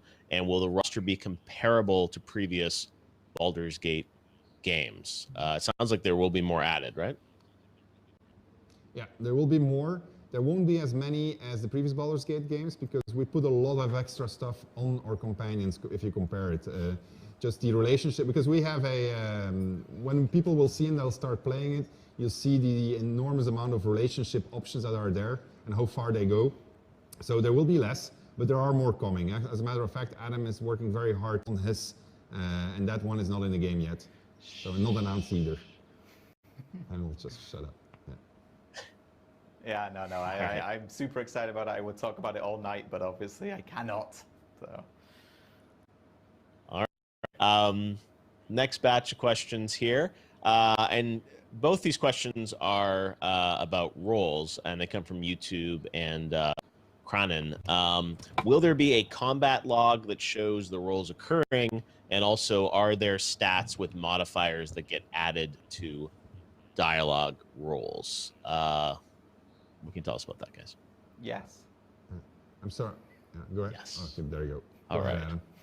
Simple yes answer. Hope so. I think that's Hope you good like news. ice cream. Yeah. Hey. All right, and then we've got Pieces, good to see ya. Hello, welcome. Elsa, I hope you like ice cream because you got one. great. Okay. And then we got one more Elsa, question for I you hope you like guys. ice cream. Thank you for the ice cream. Let's see. This Appreciate one it. comes from Robert Hope you're well. Fulmer on YouTube, and he says, "How interactive will the world be? For example, could I shoot a chandelier and it fall on enemy?" Very specific example, but the idea of Actually, dynamic environments, emergent gameplay. You guys obviously are building an amazing sort of systemic world, so I imagine there are some great emergent moments. What are the kinds of things we can expect in EA, or what are some of those opportunities? Well, you can, I think I demonstrated that in the previous gameplay stream, actually. Oh, no, I didn't show it. Yes, right, it was in another. Yeah, no, so yes. Yeah. No, I never showed it. Yeah. So the answer is yes. Yes. So, so it's like, yes. World premiere. World premiere. You can actually have a cool scene that we demonstrated with Prez at some point, and where that was literally the thing that saved the day in that particular battle. So, and so there's other stuff like that that's coming in. I want to quickly modify this to finish. Robert asked, could I shoot a chandelier and it fall on my enemy? It's very important to note that you can also shoot a chandelier and it falls on your friend. Very important to note that. It's also important that you can actually jump on your enemy. If you were a spider, you can just jump from the top on the enemy and then just do damage to the enemy if you want. Very authentic D&D experience, all of that. Exactly, yeah. I was gonna say, you guys have thought of it all. Well, I have to say, it's awesome that we date for early access, end of September. You're on the record with that. It looks incredible, right? Just the production value of what you guys have been able to do, especially, with that many dialogue lines in the middle of, a pandemic with all the recording. I can't imagine what's gone into all the cinematic stuff and obviously the gameplay to get it to a point where you're comfortable enough to have people jump in for, 20 plus hours of gameplay is pretty incredible. So September 30th, on the record, we will see everyone, I guess, starting in hell for early access on Baldur's Gate 3 and Act 1. Want to thank Sven and Adam for putting this stream together, and the whole team really at Larian for the incredible work to put things together. And Chris, thanks for joining us as well. The one guy that wasn't in hell today. Having great fun on this, and this is a big moment for all of us that early access is coming. So anything else we should keep in mind before we say goodbye here, Sven?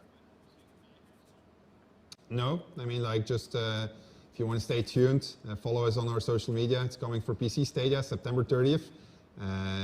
Be sure if you buy it that it's something that you want to play, that you want to participate in. Otherwise, just wait until 1.0. It'll take some time, but when 1.0 is going to hit, it's going to be pretty good. that's it, I guess. I gotta say, it's I've done a lot of live streams this summer, but I have to say you take the cake in terms of the setup and the fire and the armor. And I don't know what happens after I the keep stream. saying It's pretty hot. This is just what my office looks like. This is normal. That is ready for the feast. You light the candles after, I guess. The people who decorated this, the people behind the scenes, thank you to everyone. This is hard to do as well during these times. You know, we are socially distancing, we are COVID compliant. It takes a lot of work to put this stuff together. Thanks to everyone who helps out with that as well. Really appreciate it. Agreed. It's Thank you for sending me to hell, guys. You're going to give people something to check out. End of September. So September 30th, early access for Baldur's Gate 3. Thanks for watching the stream, and stay tuned to the Larian socials for more updates on that early access day in Baldur's Gate 3. Thanks for watching, everybody. Thanks, Chris. Thanks, Sven. Thanks, Adam. Thank you, everybody. Thanks for having me. Bye-bye. All right, see you guys soon. Bye. Well, guys, that was the Baldur's Gate early access. I guess the second one. Really interesting, hey? What I will do is I'll put on some Muzak. Let's see here. Let me get the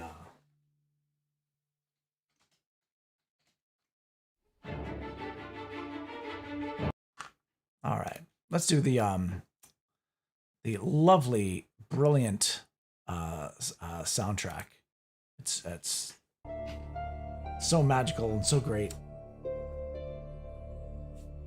So what we've got here right now is we've got a the Pale Elf, some creepy underlighting going on, and I put in some paint. The hand is still coming along. We're slowly getting there.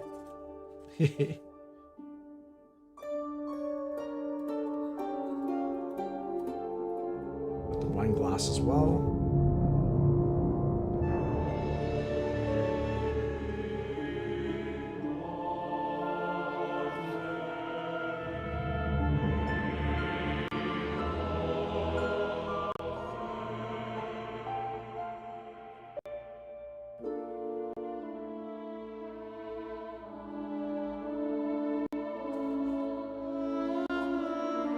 Vampire drinking wine, I guess one would say it's wine. Is it wine? Some might question the beverage.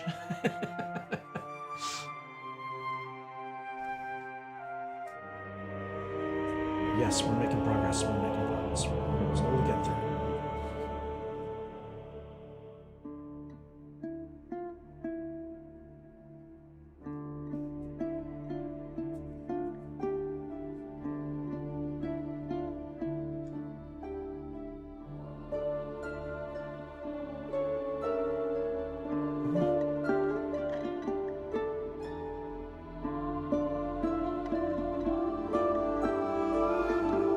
Carving this out.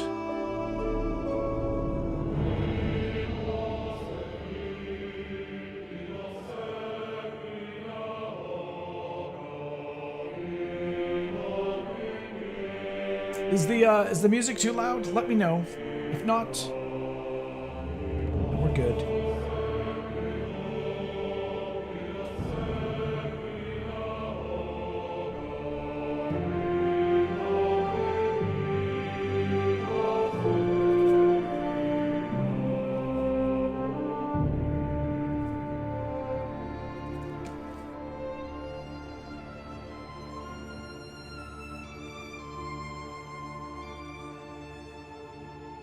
Do some work in there too.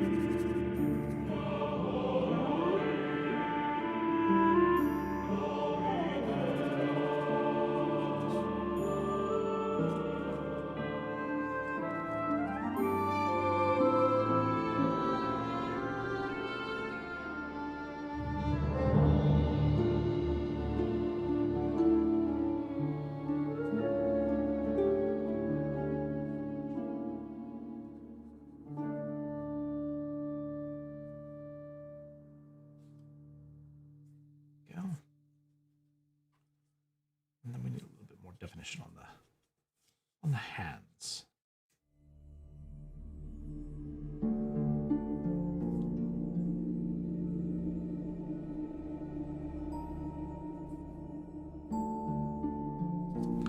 The hands will be in shadow.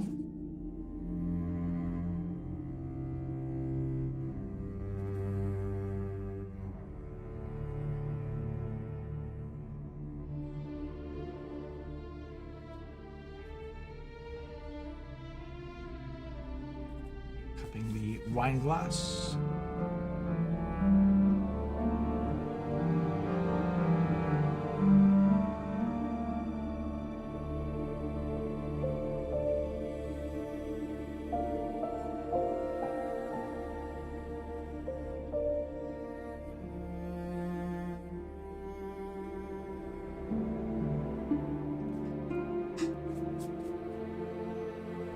So kind of, it's almost like, is it going to be too over the top if I go with the red? It's showing like blood, kind of the way blood works on the glass. It kind of, it's almost like it has stuck to the rim.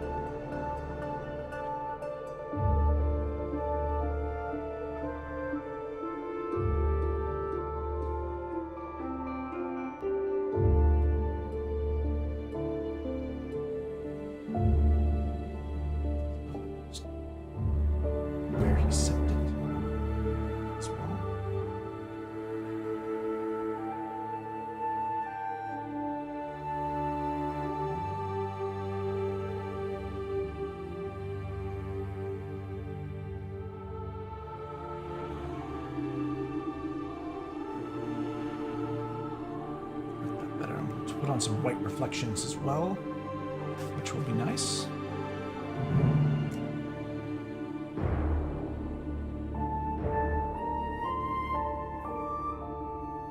So I'm going to mute this, and then what I'm going to do is I'm going to bring it back with some highlights. That's what I'm going to do.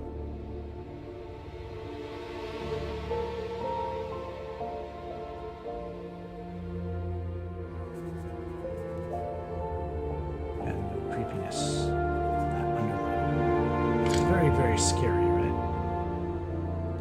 It's like how you would do it in theater, right? You would put a light, a very strong light underneath someone.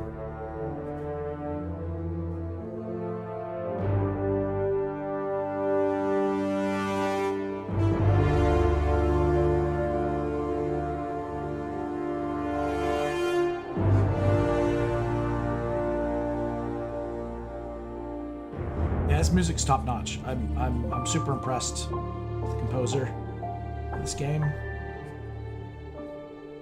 I am so looking forward to playing it.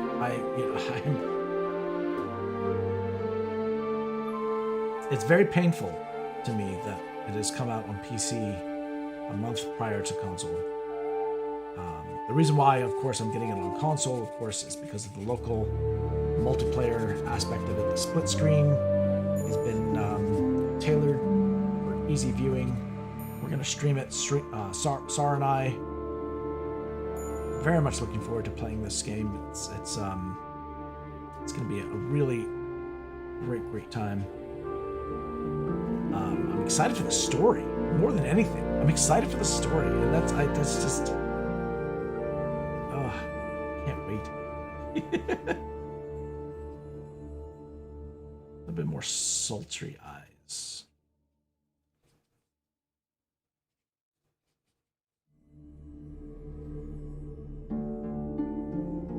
But we are we're definitely staying away from spoilers. Thank goodness. And I believe when we play the game, we are going to be implementing the rule of we're not going to what they call save scum, which is, oh, we didn't like that outcome, we're going to reload our save and do something else. There'll be a couple of, exceptions, of course. Accidental controller mishaps where you hit the town guard and the entire city's after you based on the fact that you put your controller down and accidentally hit a button. Those kind of things, those will get, of course, rectified. But what I'm saying is major decisions, stuff that we choose to do, and the outcome did not go as planned. I think we do a disservice to the game if we just, oh, I didn't like that outcome, so I'm going to load up a save and do it again. It kind of defeats the purpose of playing the game if you don't live with consequences of what happens. It's what an RPG is, what it should be. Now, listen, everyone can play the game any way they want. It's just, this is how we're choosing to do it. Now, I typically, in these type of games, I usually always play a rogue or ranger, or some sort of combination of the two. And SuperStar normally plays, usually plays a magic user, really, always. And so we're thinking of maybe possibly doing things out of our comfort zone. In other words, I'm going to play a character that I don't normally play in the game. And Sar's going to try and do the same. So I believe Sar's going to maybe take on the tank role, and I'm going to take on the role of support, the healer, so to speak. So those are typically what we don't normally do. So I think it'll be a fun new way to play, new experience. And that's going to be starting September 3rd. We'll have more details about it soon on Discord. If you haven't joined my Discord, my Discord is, of course, listed down below. And most, this kind of artwork gets posted there as in the gallery section. After the stream, normally these the pictures I'm working on do also go on the Patreon site as well. It's available for download.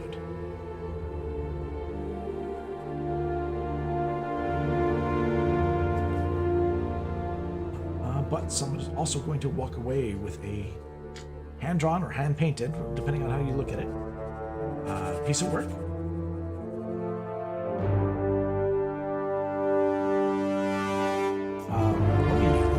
Check how I'm doing in terms of my you guys want me to put up the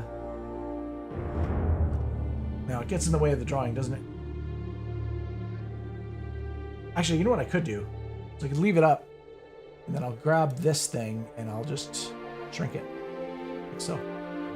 That way it's not in the way.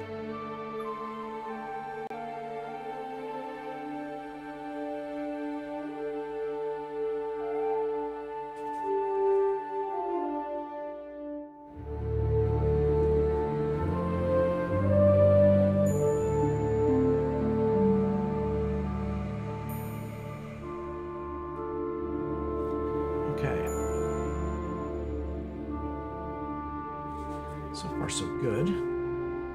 Added a lot of shadow movement. I think a little bit more reddish to the, and a texture kind of in a way too. Almost looks, to try to make it look a little bit like suede.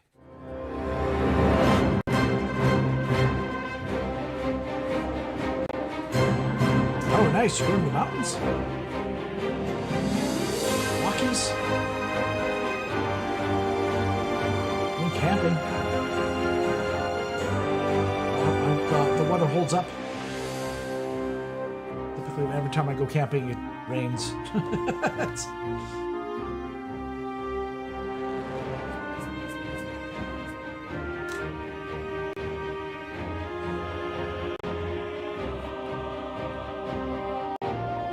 Temperature will be 31. Okay. Jeez, that's gonna be hot.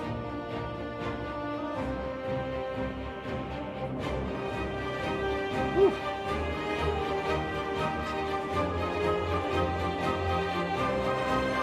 Okay, so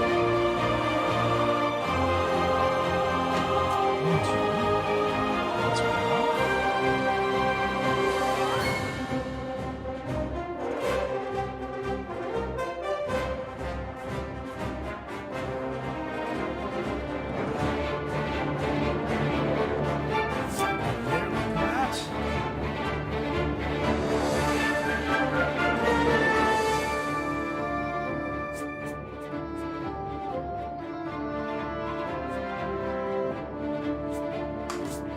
So far, so good.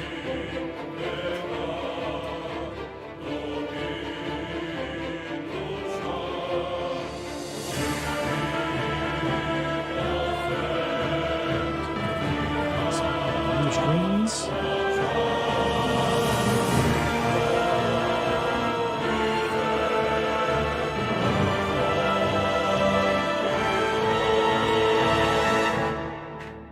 So far, so good. All right. Oh yeah, I was gonna check on my. I got distracted again.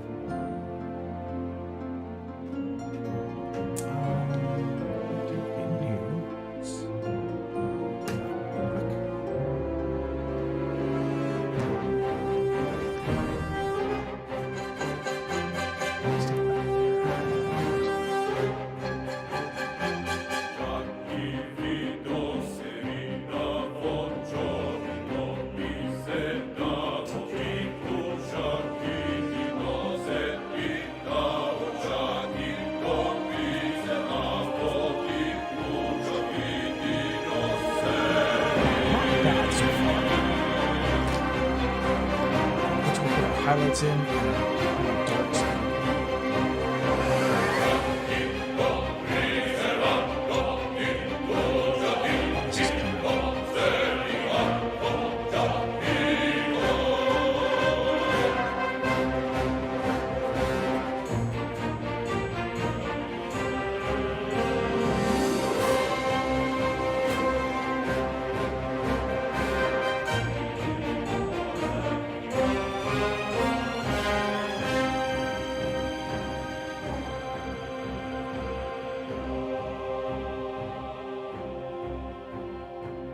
I'll ask this: does anybody have any questions about the drawing or the process or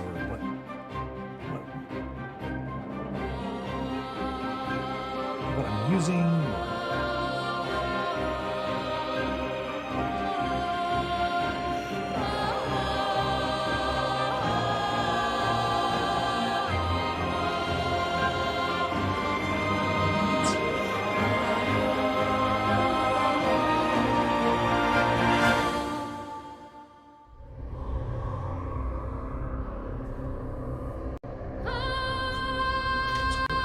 Let's grab it.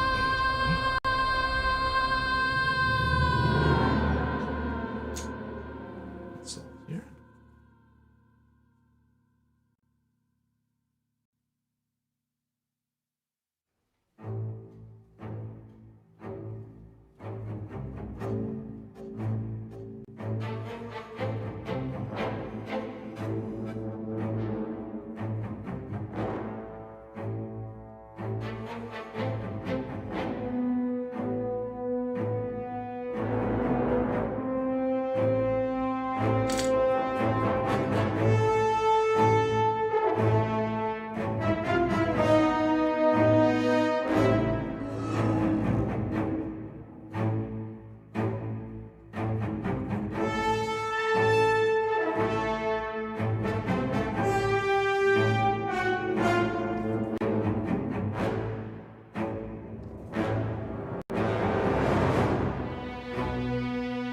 Looks tasteful.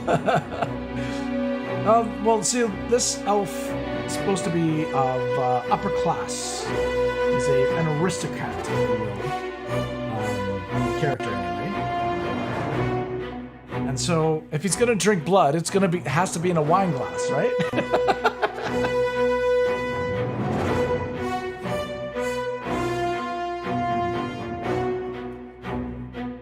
don't know if he's from Baldur's Gate. I assume that's what they're going to allude to, but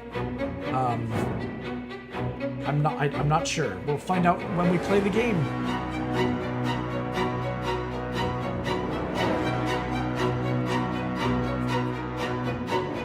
This is definitely one of the characters we will meet.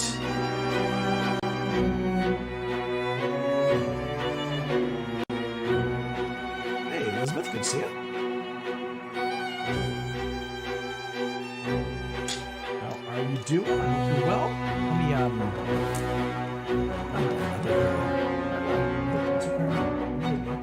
Let me, sharpen this. I may actually bring out the white ink as well. I think we should maybe have some fun with that. Elsa, I think you like ice cream. Oh my gosh, Stephanie! Thank you for the uncommon drop. We're going to begin playing the game. We're going to be doing a marathon, playing the game on Sunday, September 3rd. Sunday, September 3rd, we'll begin playing the game. We're going to be playing it September 3rd, September 4th, and 5th. 3 days back to back.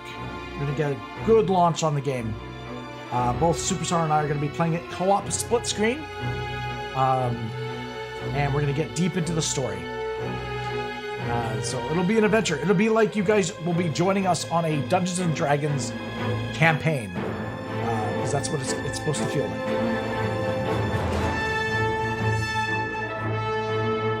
And it's going to be where our decisions and choices we make are going to have huge consequences because there's so many different permutations and different ways that the story can go.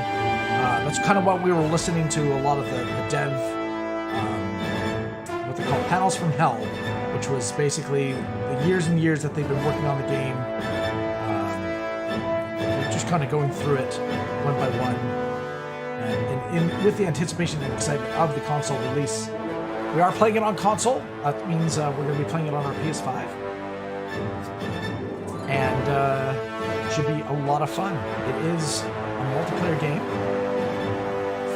But now, Superstar and I have both played Divinity, Original Sin, and Original Sin 2.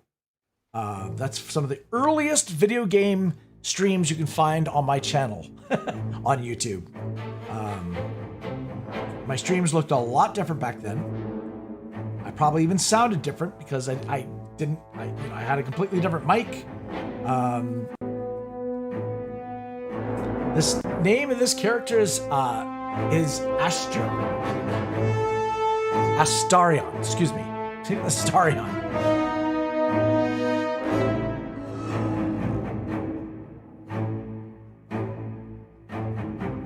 He is as far as I know, this is all the information I know.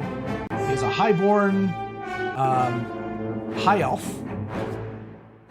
and an aristocrat, and he is a pale elf. They call him the Pale Elf, because he is also a vampire. I'm only revealing that because it was revealed during the panels from hell, and that was information that was freely given. I don't know if we were supposed to discover that in the game, but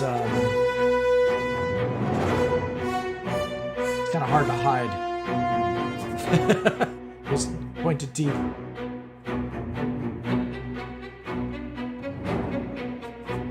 He looks like a really interesting character to get to know.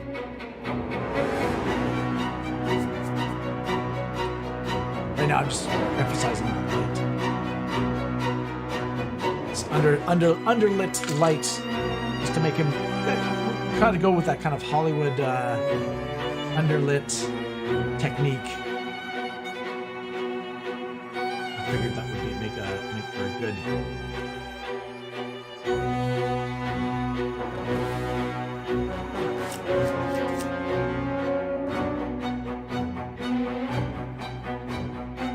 It's hard doing light without like knowing the exact structure of the face, right? So a lot of this is me a little bit guessing what it would look like.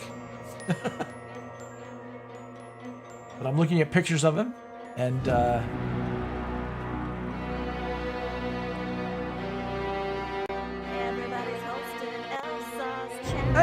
got a hosty host from the D Live. Grayson, hello. Oh, geez. Huh, I got double team with a raid. Thank you so much, Grayson. I hope you had a good stream, man. Appreciate the host.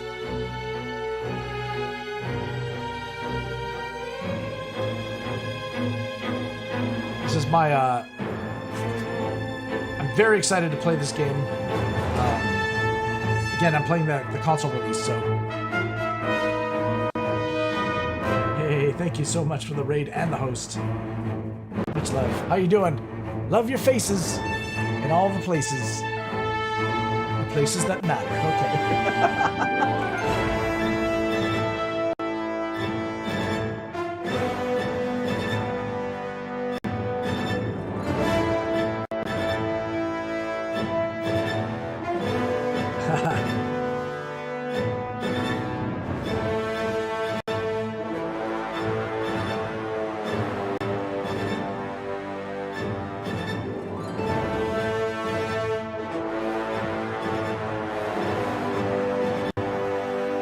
So we're doing a vampire, obviously.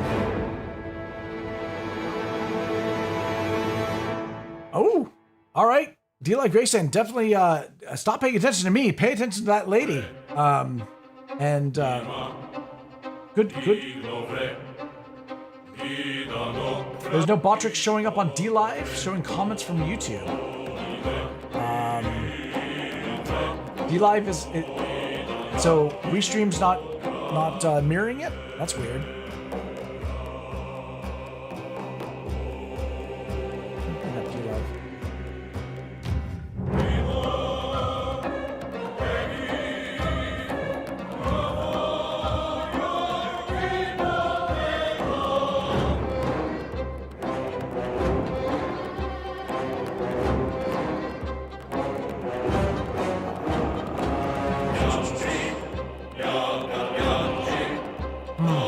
Yeah, it's interesting. It looks like it's not replacing the chat on I don't know. D-Live's been tinkering with a lot of stuff, so I don't know.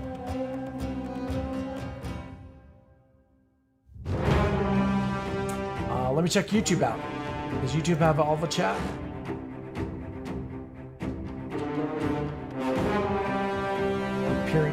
It's like peering at myself. Oh my god. Let me look.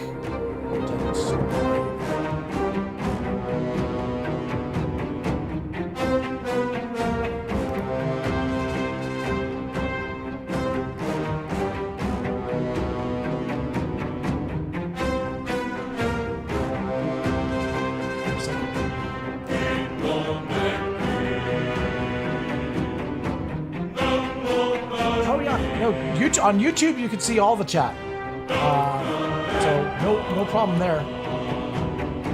No problem there. I guess on D-Live you can only see D-Live chat. No problem. Looks like on Kick as well. Only see D-Live chat. Kick, you can only see Kick chat. So the only place you can see everything is on YouTube, guys.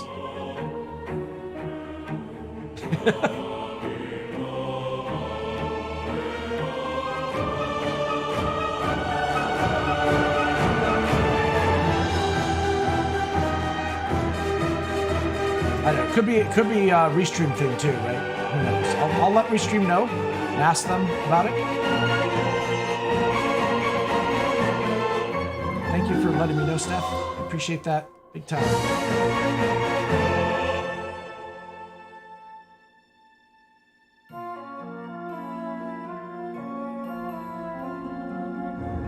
It's hard to know because like every stream something else happens.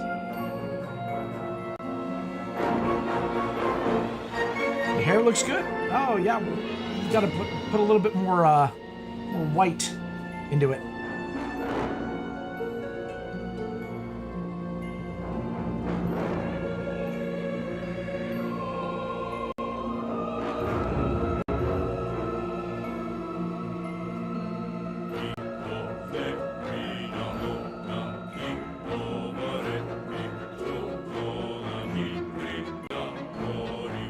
Let's see.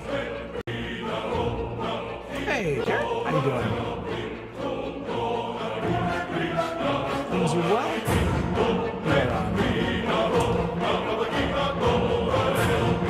Getting the hair looking good, I hope.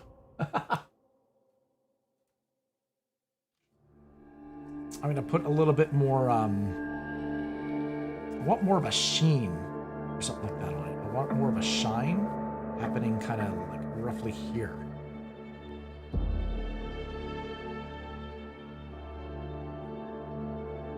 I want more of a, so I might have to do this with white ink just to get it brighter.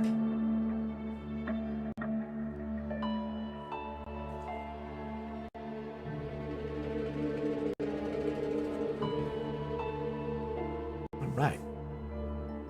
Thank you for hailing each other in chat, guys. I appreciate that.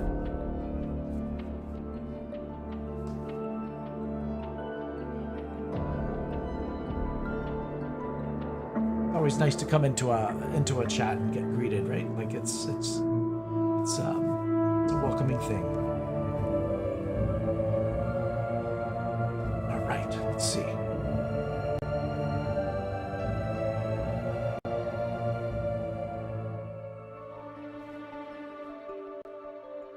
Hair straggling, kind of going in front of the elven ear.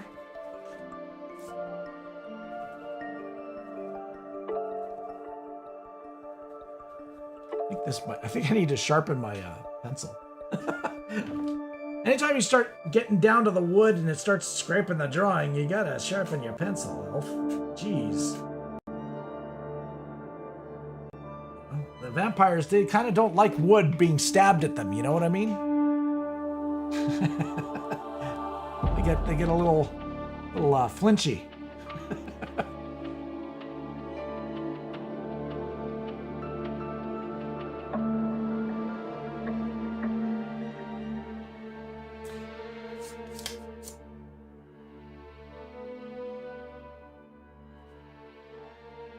So yeah, so in the next coming weeks, what we're doing, guys, is we're doing each one of the origin characters from Baldur's Gate 3. So each week, we're doing a character. So the first character, other than the enemy, which we did last week, the first character we're doing is Astarion, who is a high elf, vampiric. Now I don't know, is he half elf or full elf? I don't know. Forgive me. I'm not sure if he's a half elf or full elf. We'll find out when we play the game. All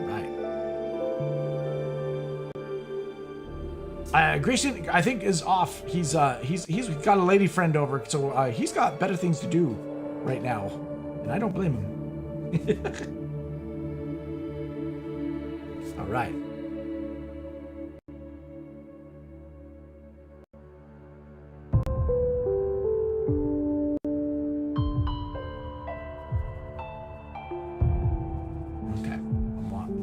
Machine here, some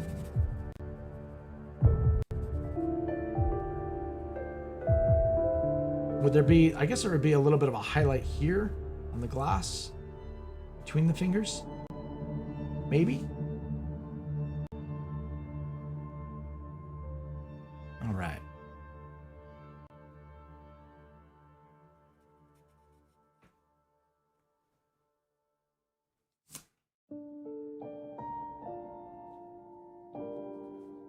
Okay, so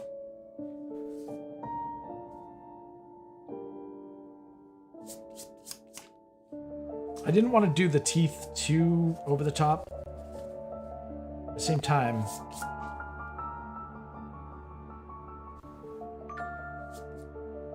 thought maybe one tooth coming over the edge would be kind of just subtle enough.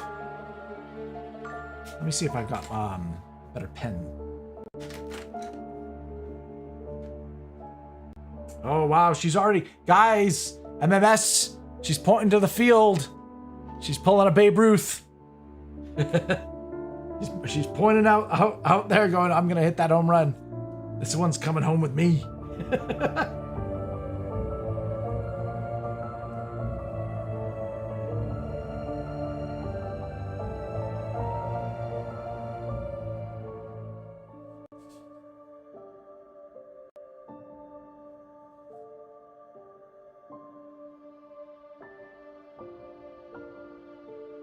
Oh, I'm sorry to hear that, Steph. Do you know exactly what happened to the computer? Like, did it have a power issue, or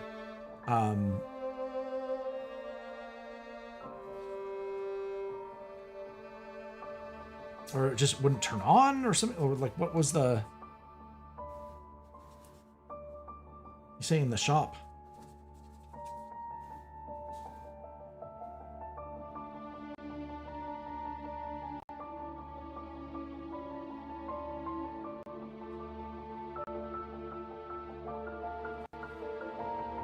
Oh, keeps freezing up. Oh, no.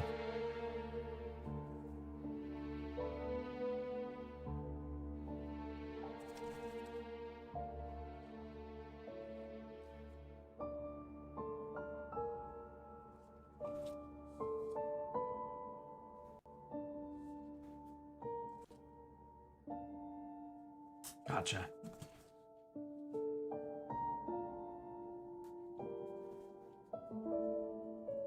Well, yeah, I hope it just is something inconsequential and doesn't cost a lot. That's all I hope.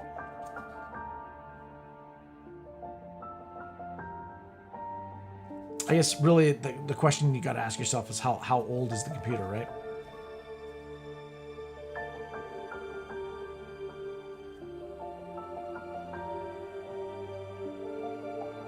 Is it do you know, is it a PC or a Mac as well? Like, I know Windows has been doing updates and stuff like that, and they only support like older versions of Windows for so long, and then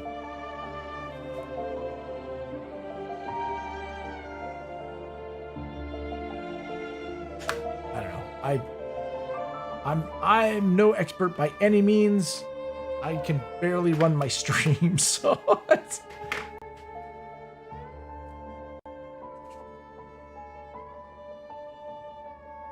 Oh, school starting in 1.5 weeks.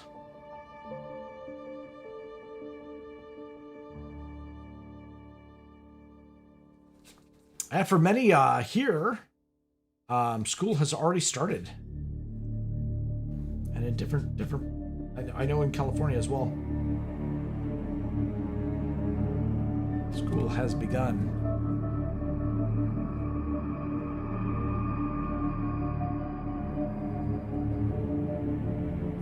Go with the deeper purple.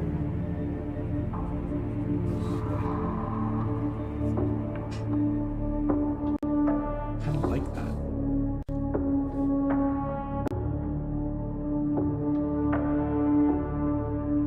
Do a technique of... So suede is a weird thing, like the way patterns work in terms of color. I'm trying something where I'm adding a texture.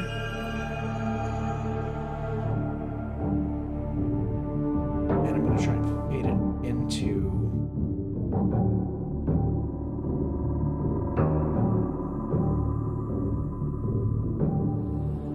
Oh, this is like already carved a gold trim as well.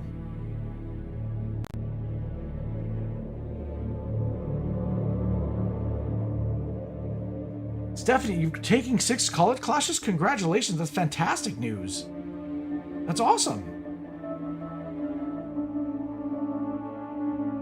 But 6 courses like that. That's a full time. That's a full time thing. Holy cow.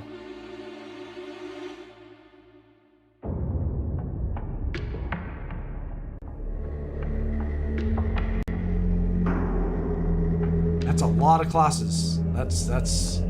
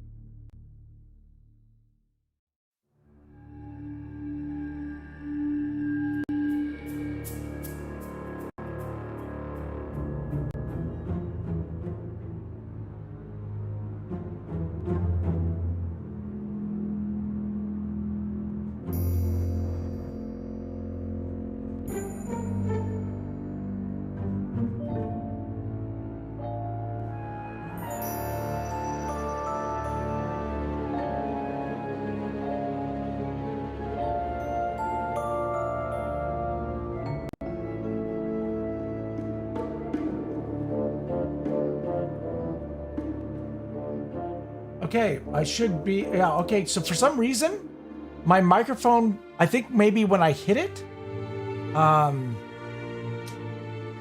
it got unplugged and so it went to default mic, which it just says default and there's no default mic. Although my computer says that my default mic is the current mic that should be being used, for some reason it went to default instead of the actual selected mic. That was weird. Thank you for pointing that out. I don't know how long you guys haven't heard me for. When did I hit it? Oh my gosh.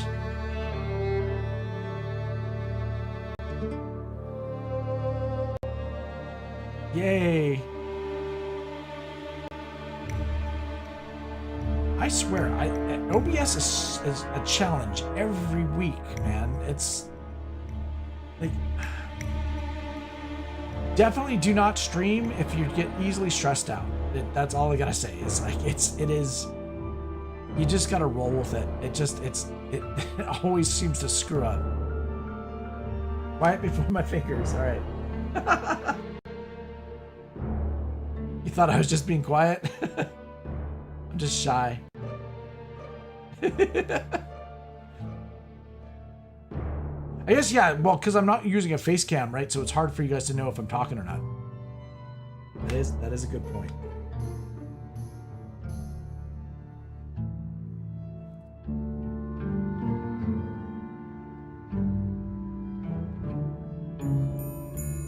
Okay. I think what I've done is I've added a little bit of a sheen to the hair. I'll show you like a little bit more of a sheen there.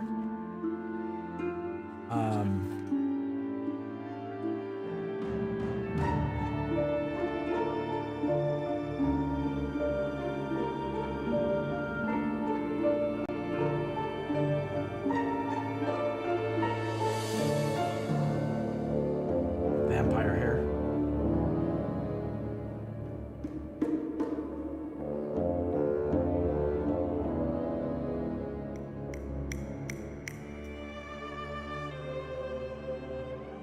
I like it. I think it works out well. If I add water to it, what happens to it? It just shrinks. Okay. So I add really bright light to this. What happens if I should make my fingers dirty? That's what I do.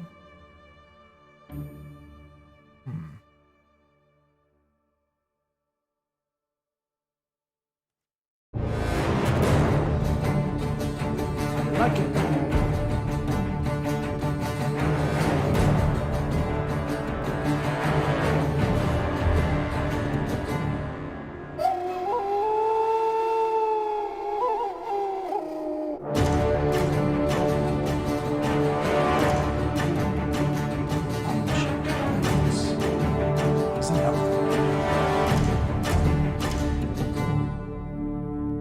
Yeah, I like that. That looks a little bit more natural, I think.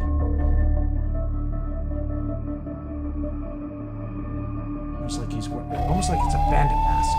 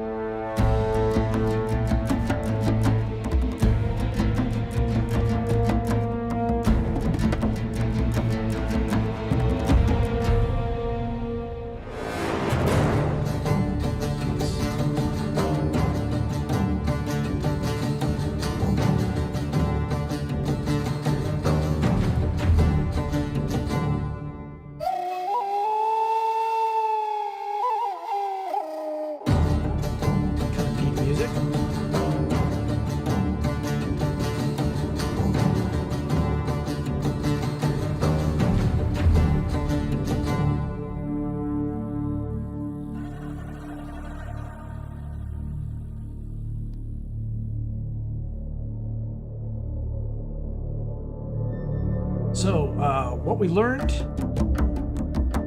today with that panel from Hell was that we are definitely going to be going to the Underdark, which is going to be very scary for the game. The Underdark is, in Dungeons and Dragons, one of the most dangerous creatures dwell in the Underdark.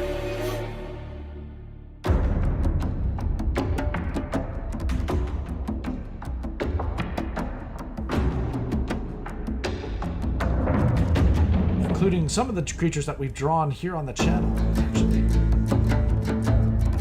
I do have a number of D&D drawings that have been done on the channel, including doing what we call a beholder,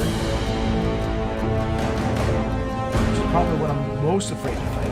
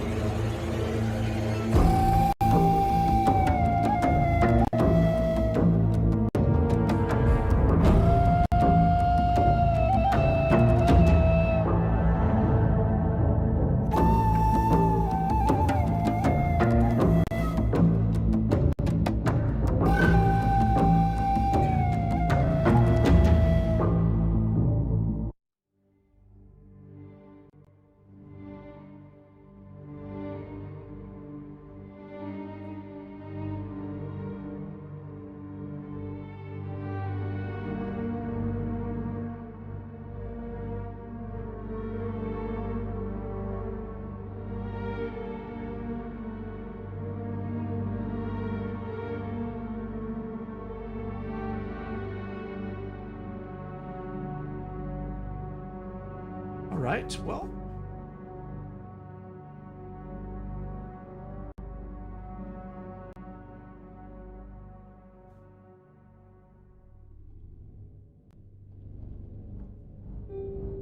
Imagine doing this kind of really...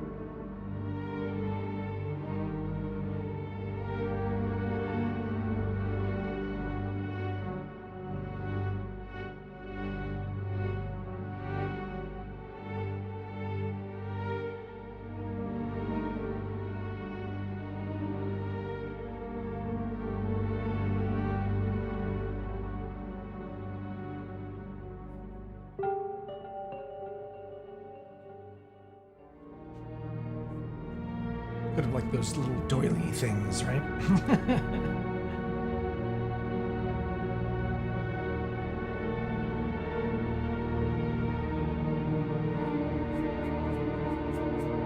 Right, sweet. Okay. Now the reflection here. Highlight, I should say.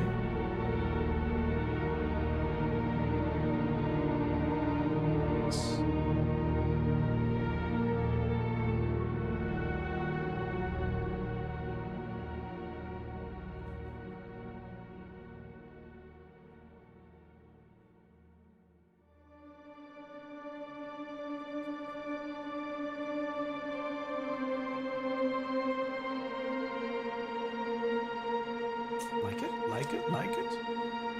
All right, so now, what am I doing? I am focusing on...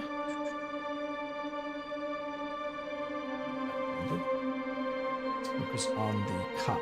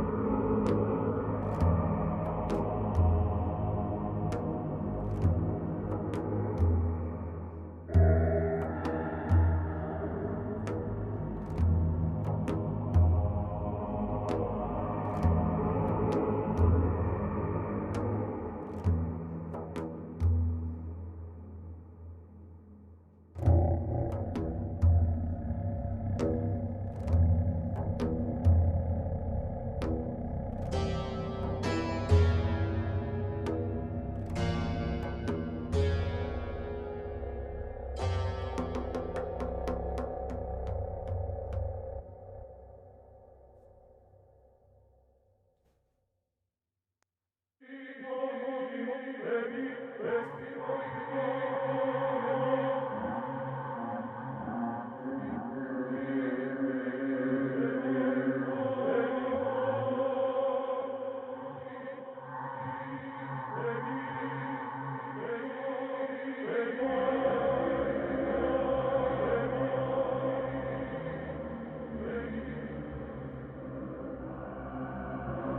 think that looks slick enough.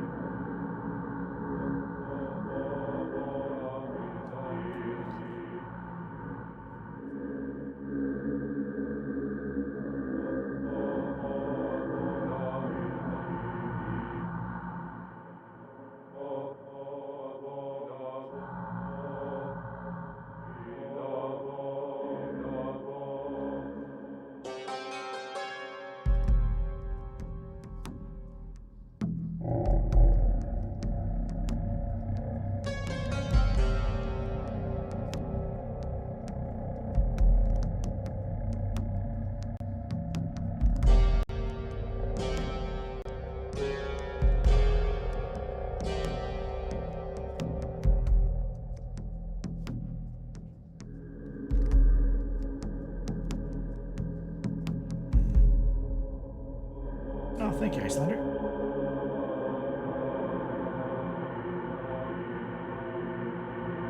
The nails. All right.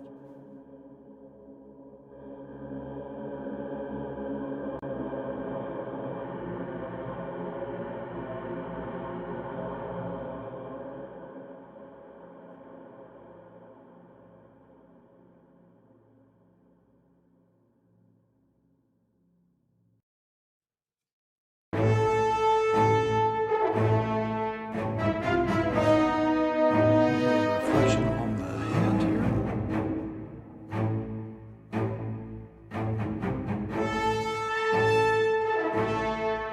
I should say highlight, reflection. Reflection of light, maybe? That's probably the pressed. So yes, in a way, it is a reflection.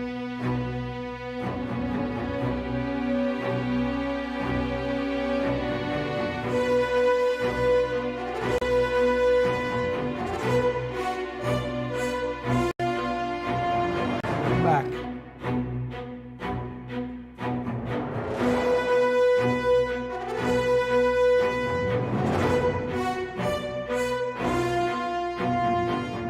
All right.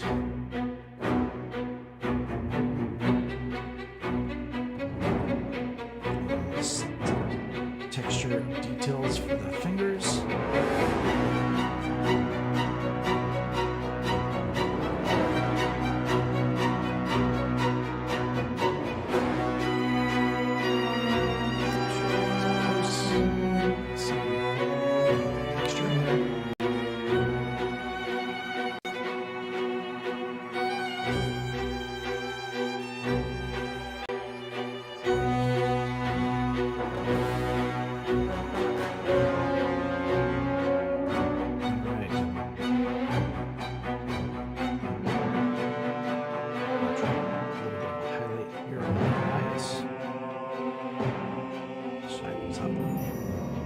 Up nicely.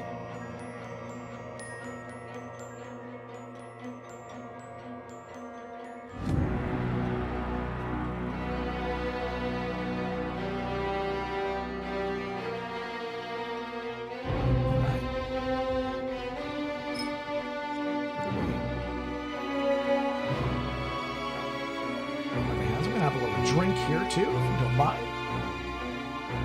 Need to stay a little hydrated.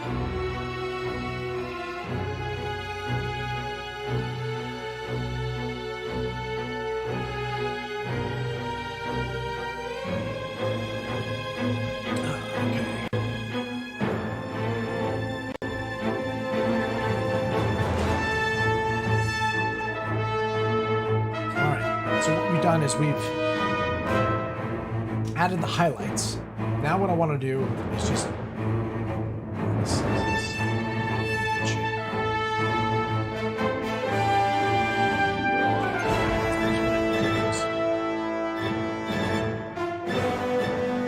Eyelashes a little bit more defined. All right, I'm going to add...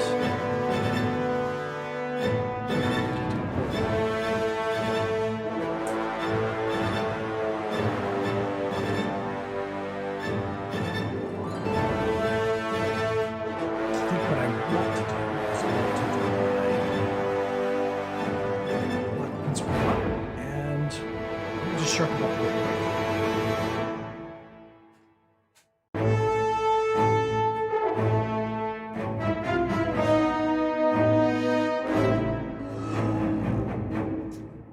bit. Sounds like a villain's march, hey?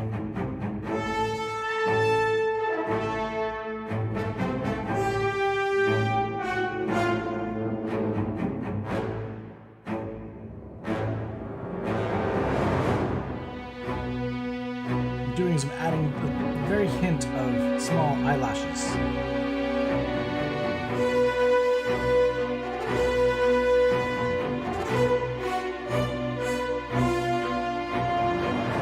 Because Astarion, although it's a vampire,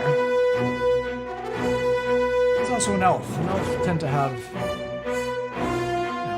a good amount of eyelashes, right?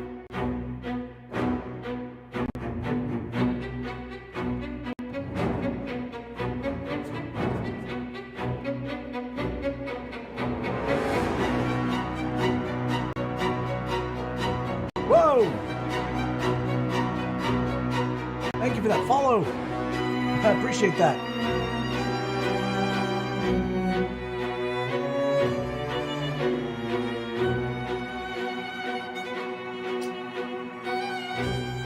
Moto Destructo. Are you playing Baldur's Gate right now?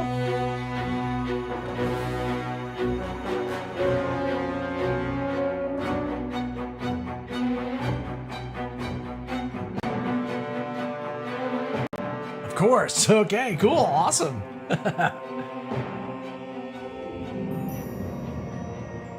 We are each week here on every Wednesday, what I'm doing is I'm doing all the origin characters of Baldur's Gate 3. So what I do is I do an art stream. I draw something from start to finish on stream, and then I give it away to a lucky viewer. All you have to do is be here in chat, enter.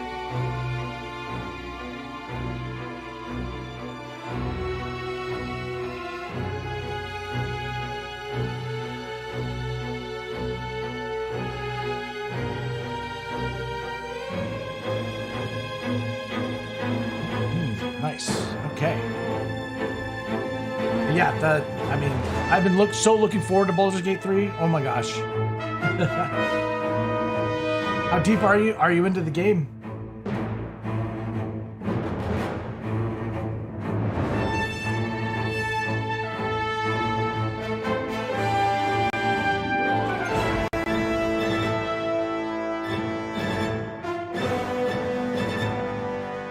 Oh yeah, I'll use whatever works. I don't mind mixing the mediums.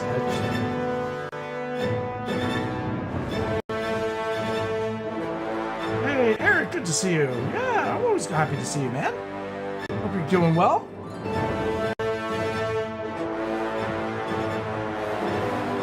Okay, so you're already level 6. Nice. Nice. Have you played Dungeons and Dragons in the past? Oh, Eric, you just got home from church. All right, cool. Gotcha.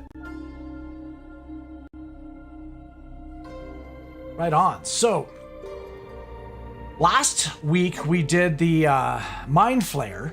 We did a drawing of the Mind Flayer. That was a lot of fun. And most of your life, yes, rock on, man. Awesome. Obviously, we play.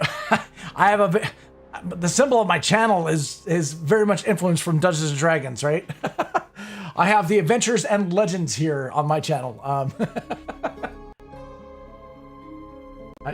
appreciate you. Appreciate the follow. I really do. I do.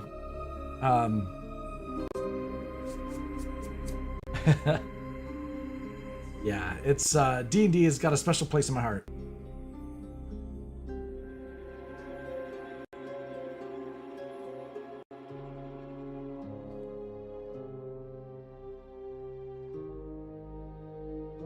Right on. Okay, so Astarion is highborn. Hey, is Astarion he's a high elf, an aristocrat? Oh, thank you, Eric. Appreciate that. We're yeah, I mean, Eric's been doing a lot of drawings too. You've been definitely improving over the course that I've seen you draw. Eric, you're doing great. Keep it up. Don't stop. Right on. Okay, so let's see. It's a high elf. Yes. Yes.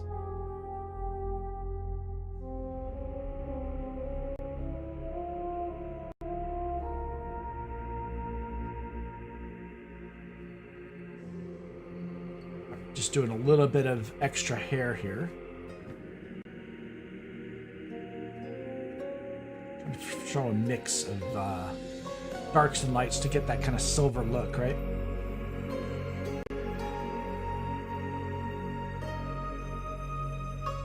It's good to hear, Eric. I'm glad you're drawing again.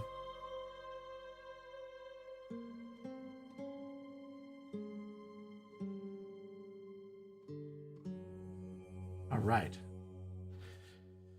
So, I mean, if Astarion's going to drink blood, it's got to be out of a nice wine glass, right? That's the idea.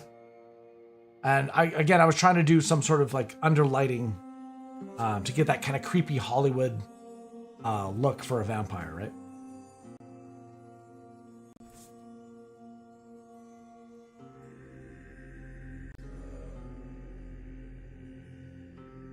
So this is, guys, obviously my 204th giveaway I've done on the channel. Basically, the rules are as follows. You need to be 18 years or older. You need to be willing to give me an address so I can send you the drawing, because I do send it physically to you. However, if you're not comfortable with that, I completely respect that. And if I can always send you a digital copy instead.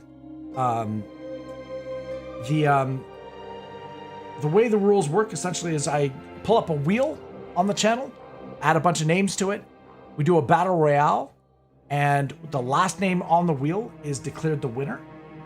They then have 36 hours to claim the drawing. The way they claim the drawing is either through my Discord or through my email or through Twitter. Those are multiple ways you can get a hold of me. And all you have to do is give me your I guess your gamer tag or your channel name or whatever you're using. Declare your winnings by telling me what you won and saying I claim the drawing. And then we work out the details and all that. I pay for packaging, I pay for shipping. And I've been very, very proud of the fact that I've been able to send work around the world. It doesn't matter where you live. You could be in Timbuktu. It doesn't matter. I will send it to you. And that's also been made possible by, of course, my lovely Patreon supporters as well. Big thank you to you guys. All these names going across the top here are what we call Uber Legends to the channel. All these people have helped me each and every month be able to keep doing this, and so I really appreciate that. Also, subs to the channel, of course, do the same thing, right? They help out the stream. The advantage that Patreon members get, as well as subs, is that they don't even have to be here when we do the giveaways. In other words, they get an automatic entry, and there's guaranteed 4 giveaways done a month. That is guaranteed. Sometimes more. But definitely 4. So, all right. So I'm pretty happy with the way this has kind of come out, to be quite honest. I'm thinking we're gonna actually start getting that giveaway going. Oh, thank you, Eric. I appreciate the comment drop. Much love. All right, now,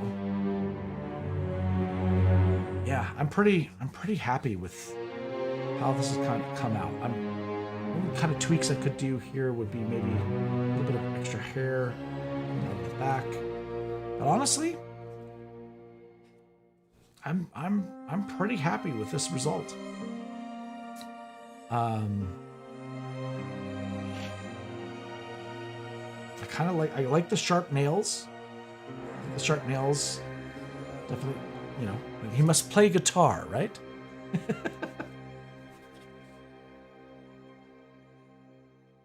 me just gonna possibly just, yeah. Teeth are always. You don't want to make it too. Pretty happy with it. Okay. So, giveaways.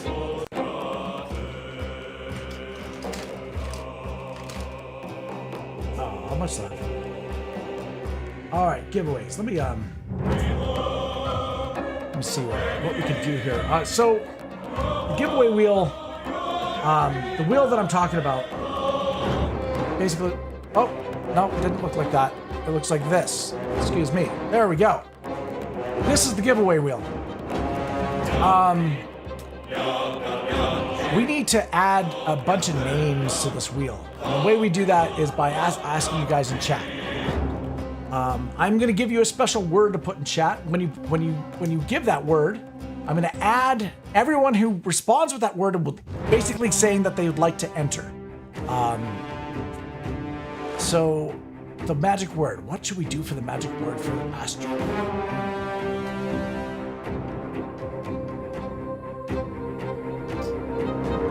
Well, let's see. Let's just keep it simple and put the word blood. Put the word blood in chat. That means you would like to enter in on the draw, 100%. You can enter on any platform you wish. We're currently on YouTube. We're currently on Twitch, Kick, and DLive, as well as, believe it or not, we're actually on Trovo right now as well. September 4th, it's going to expire. So, if you have your heart set on some good hot sauces or some barbecue sauce, I can highly recommend Maritime Madness. They've been in business since 2002, and they're a mom and pop shop place, and they just make banger sauces. Some of you already out there already know what I'm talking about. They do a pretty good job. A 20-sided die. And the way we do this, I'm gonna roll it. Ooh. Yeah, we're gonna roll a 20-sided die. That's in honor of Baldur's Gate. Let's see, what color die should we do? Let's do a white die. Holy crap, I just got a natural 20. I just got a natural 20, folks. Oh, hell yeah. Critical hit, baby. Crit hit. That's right.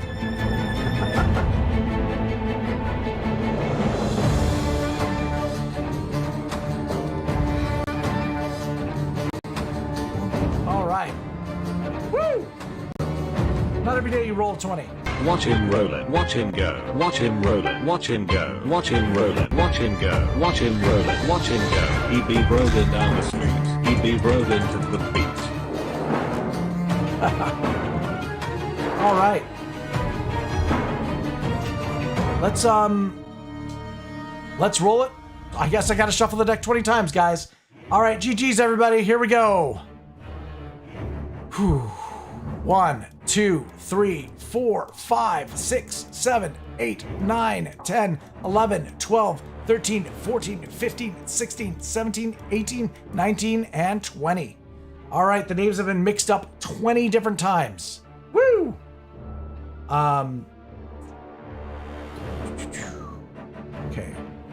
what I'm gonna do here is I'm going to, one quick second, I'm gonna turn off that, and I'm gonna add over there and go wheel. All right, perfect. All right, sweet. Let's put on some hype music. Tonight on the wheel, your odds are good, guys. There's only 63 names. 63 names on the wheel tonight. So your odds is 1 in 63 if you're just joining us in the chat. If you're sub to the channel, of course you can increase your odds. And if you're on Patreon, you've also increased your odds again. Yeah. All right, guys, are you ready? It's time for the wheel. Let's frickin' go. First spin, on the way.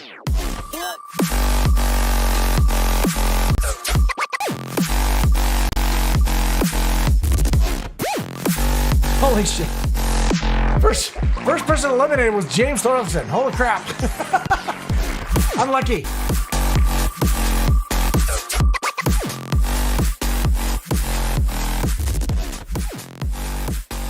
Sorry if the music is a little bit loud for you guys right now. Oh my gosh. Woo! All right, we got Elizabeth from Kick.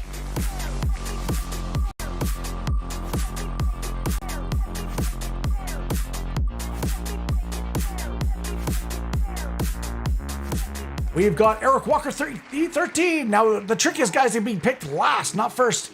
Eric, don't worry. You're a sub to the channel. You have an extra entry. You are not gone yet. Keep it going. We got MD Wit 60 from D Live. Much left to MD. You almost choked on a cracker. No. Oh, we got another lovely name here. Stephanie Thompson from Patreon. Thank you so much. We're going to keep it going, though. We're going to go fast. 58 names left. Oh, my gosh. We're getting a second whammy from MD Wit from Patreon. My gosh. Okay, keep it spinning. Keep it going. We got 7 names to eliminate until we get down to 50. Oh, looks like it's Hazel Girl from D-Live. This is me celebrating you guys. You guys are amazing. You guys are the reason why this stream exists. Thank you so much. We got D-Live Grayson, who's getting lucky tonight. Much love to D-Live. All right, Grayson.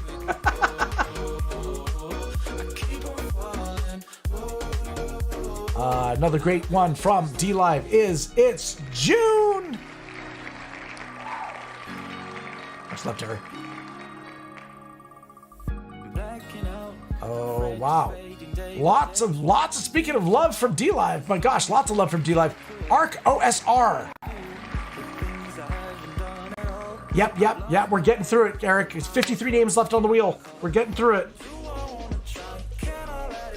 Oh, CompTech from Patreon. Much love, CompTech.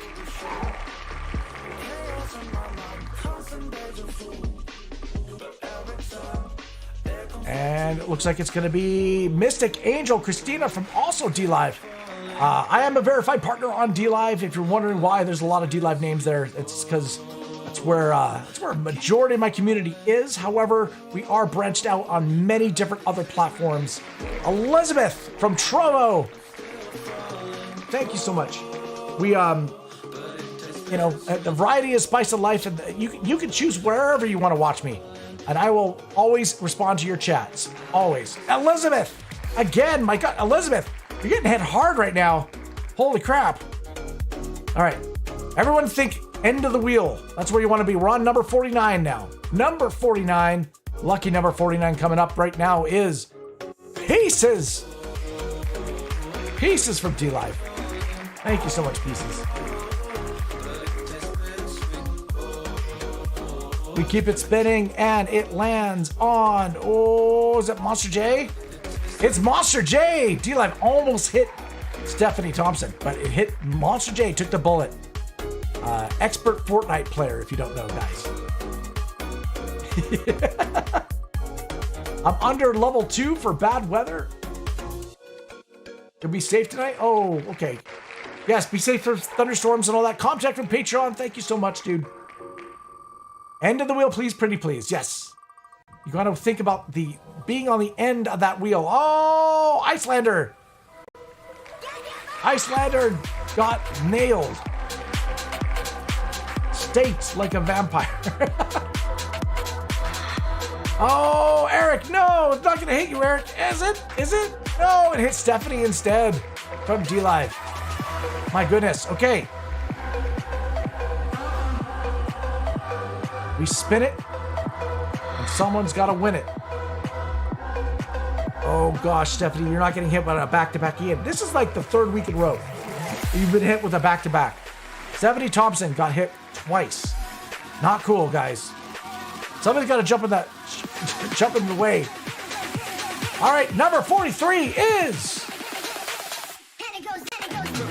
the Gum 839 from D-Live. I have no idea who you are, dude. I have no idea. But shout out to you for being on the wheel. Oh gosh. We got Daddy G. Daddy G, much love, Daddy.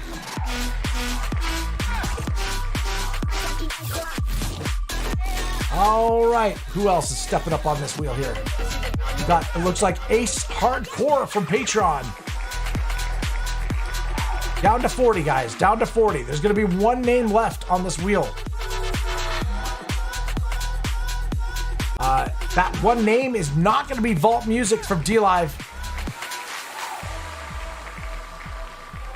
I'm gonna keep it spinning. Keep it spinning. It is not gonna be King B from Kick.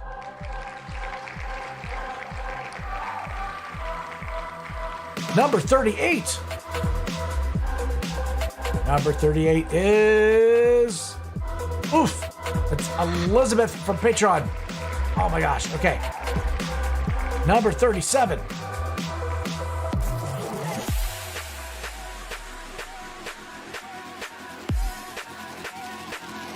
Harkness from D-Live. Let's keep it going. Oh. Elizabeth. Oh my gosh. You're taking all the bullets.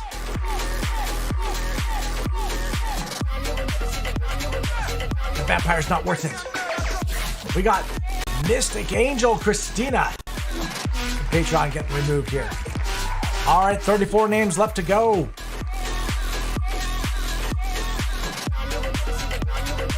We have removed half the names so far, guys. Toad 4 from D-Live. You love vampires. I had no idea you love vampires.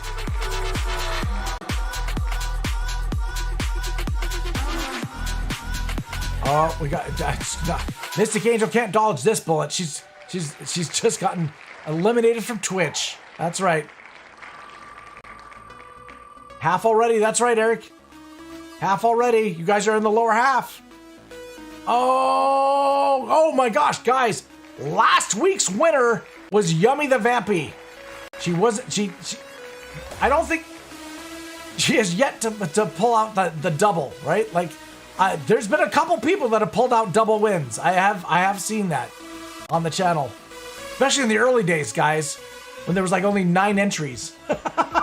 Man, there was people winning a lot of the early drawings. Lovely 26 from D-Live. All right, 30 names left on the wheel.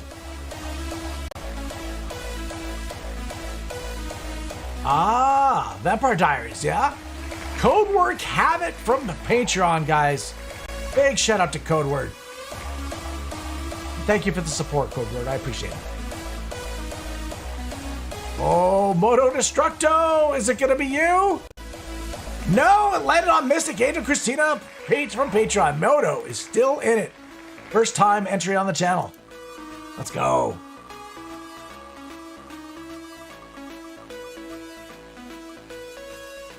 Oh, hey, Danny. Oh, Danny, I'm sorry you got eliminated. Linz and John Paranormal from Kick. Much love, Linz. Haven't seen Linz in a while. Hope she's doing okay. Yeah, I was super close, eh? Oh, we got MD Wit from Patreon. So what this wheel does is it's a random circumference. It just rotates around and there's no controlling it. There's no way to cheese the wheel. It is fate and destiny all wrapped in one. Divine Pathways from Kick. It was not meant for you. That's okay. I know. All right. 25 names, guys. 25 names left. 25. No, I haven't seen the Vampire Diaries. Eric, I have not. Oh, looks like it's maybe Q Chris from D-Live. Made it to the lower quarter. All right, 24 names. We're getting closer.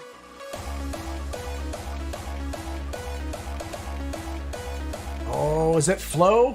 Flo, who won the Link Zelda picture, has been eliminated.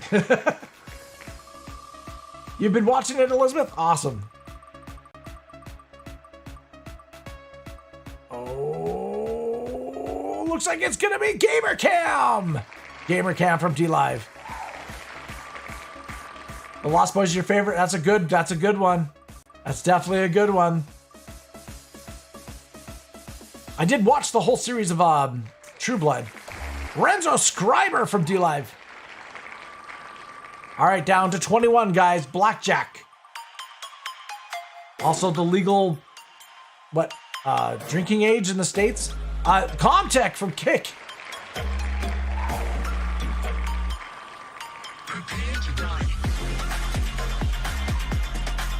And we got Joe Gallo from D-Live as well. Eliminated. Wow. Okay, as you guys can see, the spaces are getting bigger. It's getting more danger. There is more chances of you getting landed on. We are down to 19. 19 names left on the wheel. Who's gonna walk away with the drawing? We can't find out until we eliminate some people. Oh my gosh, Elizabeth! Elizabeth got eliminated. Holy crap. Oh my gosh. Elizabeth, it looks like you've got one more entry. So you just gotta think like a vampire. It's gotta be the last one. I know, Elizabeth, I know. But you're still in it. You're still in it, which means you could still win it. But we just gotta get through all the other names first. Oh, shoot. Moto Destructo. I appreciate you for playing. You made it really far. You made it to the 18. Yeah. 18. Wow. Okay. But the trick is to get to the end. Appreciate it, you though. Thank you so much. All right, we're gonna keep spinning it. We got the wheel going. It is landing on Mrs. Thompson. Oh no. Patreon. Holy crap. Stephanie, let me double check here. Stephanie is still in it, guys. She's still in it. She's a couple places on the wheel. The wheel is getting smaller now. Well, the wheel's staying the same size. The names are getting bigger. That's the thing. Which means it's higher chances to get landed on. We got Lady Gamer 267 from D-Live. And keep it spinning. Oh, it's gonna be Wafello. No, my mistake, guys. It was Pablo Escanaba from D-Live. I thought it was Wafalo. I was wrong. All right, the wheel doesn't lie. Let's go. It's gonna land on the Biggie Cheese from Kick. Biggie Cheese. All right. 13 names, guys. A baker's dozen.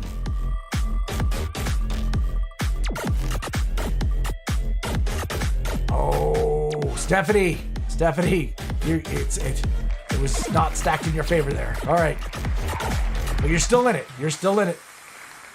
Okay, here we go. 12 names.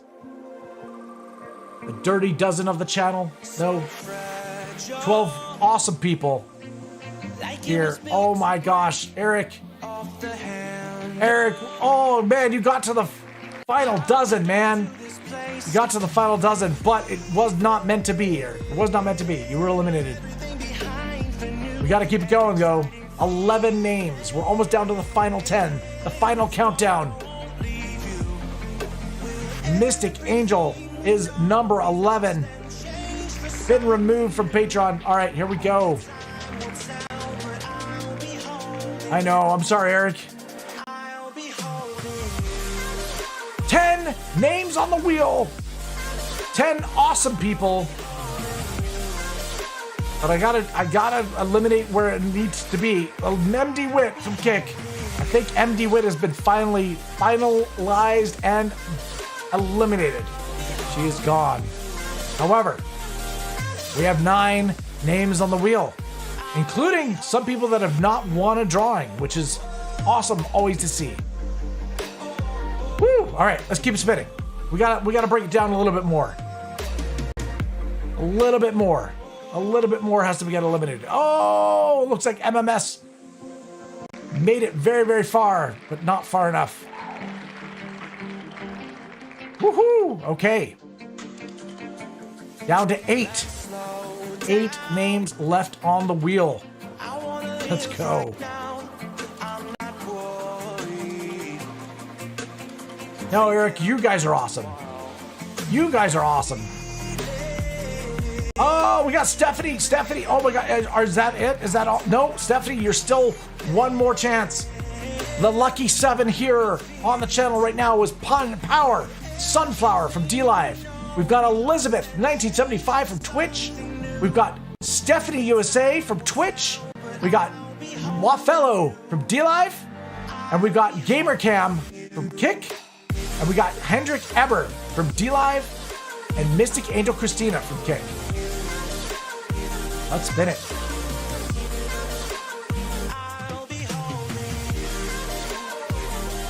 Hendrik Eber. Hendrik Eber has been eliminated. All right. Let's see. We've got Power Sunflower and Wafello have both not won a drawing on the channel. However, Elizabeth, Stephanie, GamerCam, and Mystic Angel all have. So,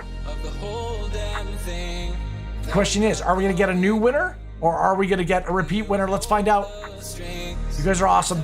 Thank you guys so much. Final 6. Oh, it is not going to be GamerCam. He's been eliminated. Final 5. 5s are lucky. Who is lucky number 5? Oh, Wafello. Wafello did not make it. My gosh. Oh my gosh, we got Mystic Angel, StephanieThompson, Elizabeth, and Power Sunflower. We spin it. 4 names on the wheel. Oh,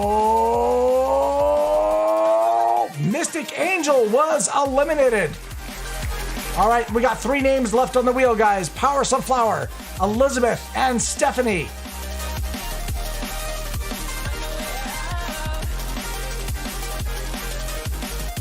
Oh, shoot, Elizabeth.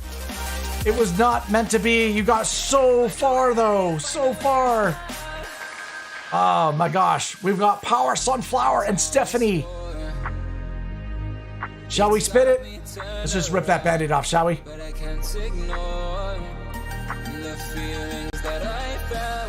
Oh! We got Power Sunflower from DLive. Eliminated. We have our final winner, guys. We have Stephanie.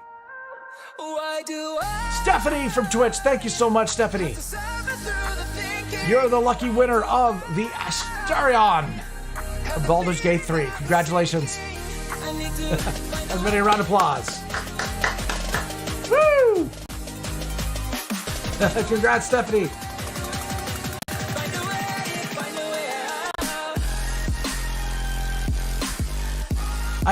Now, guys, Stephanie's been eliminated multiple times back to back.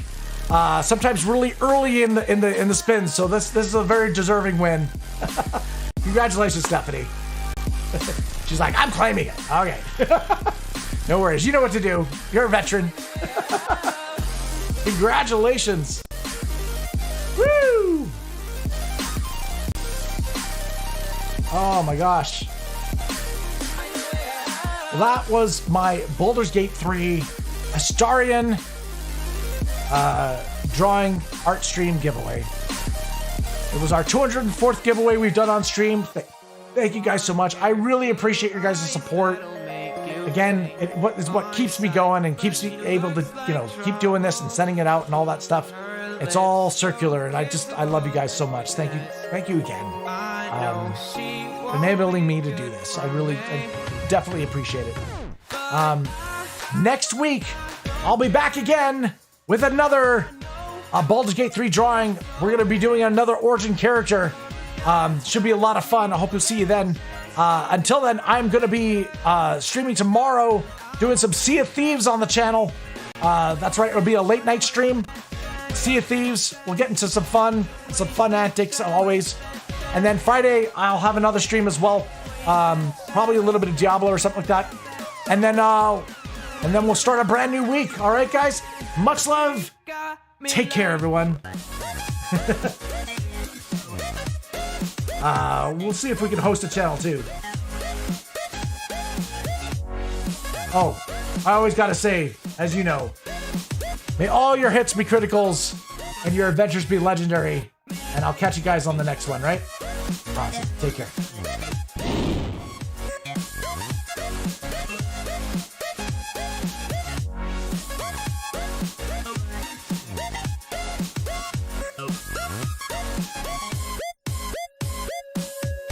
Her looks, I assume they come with a price. She smiles.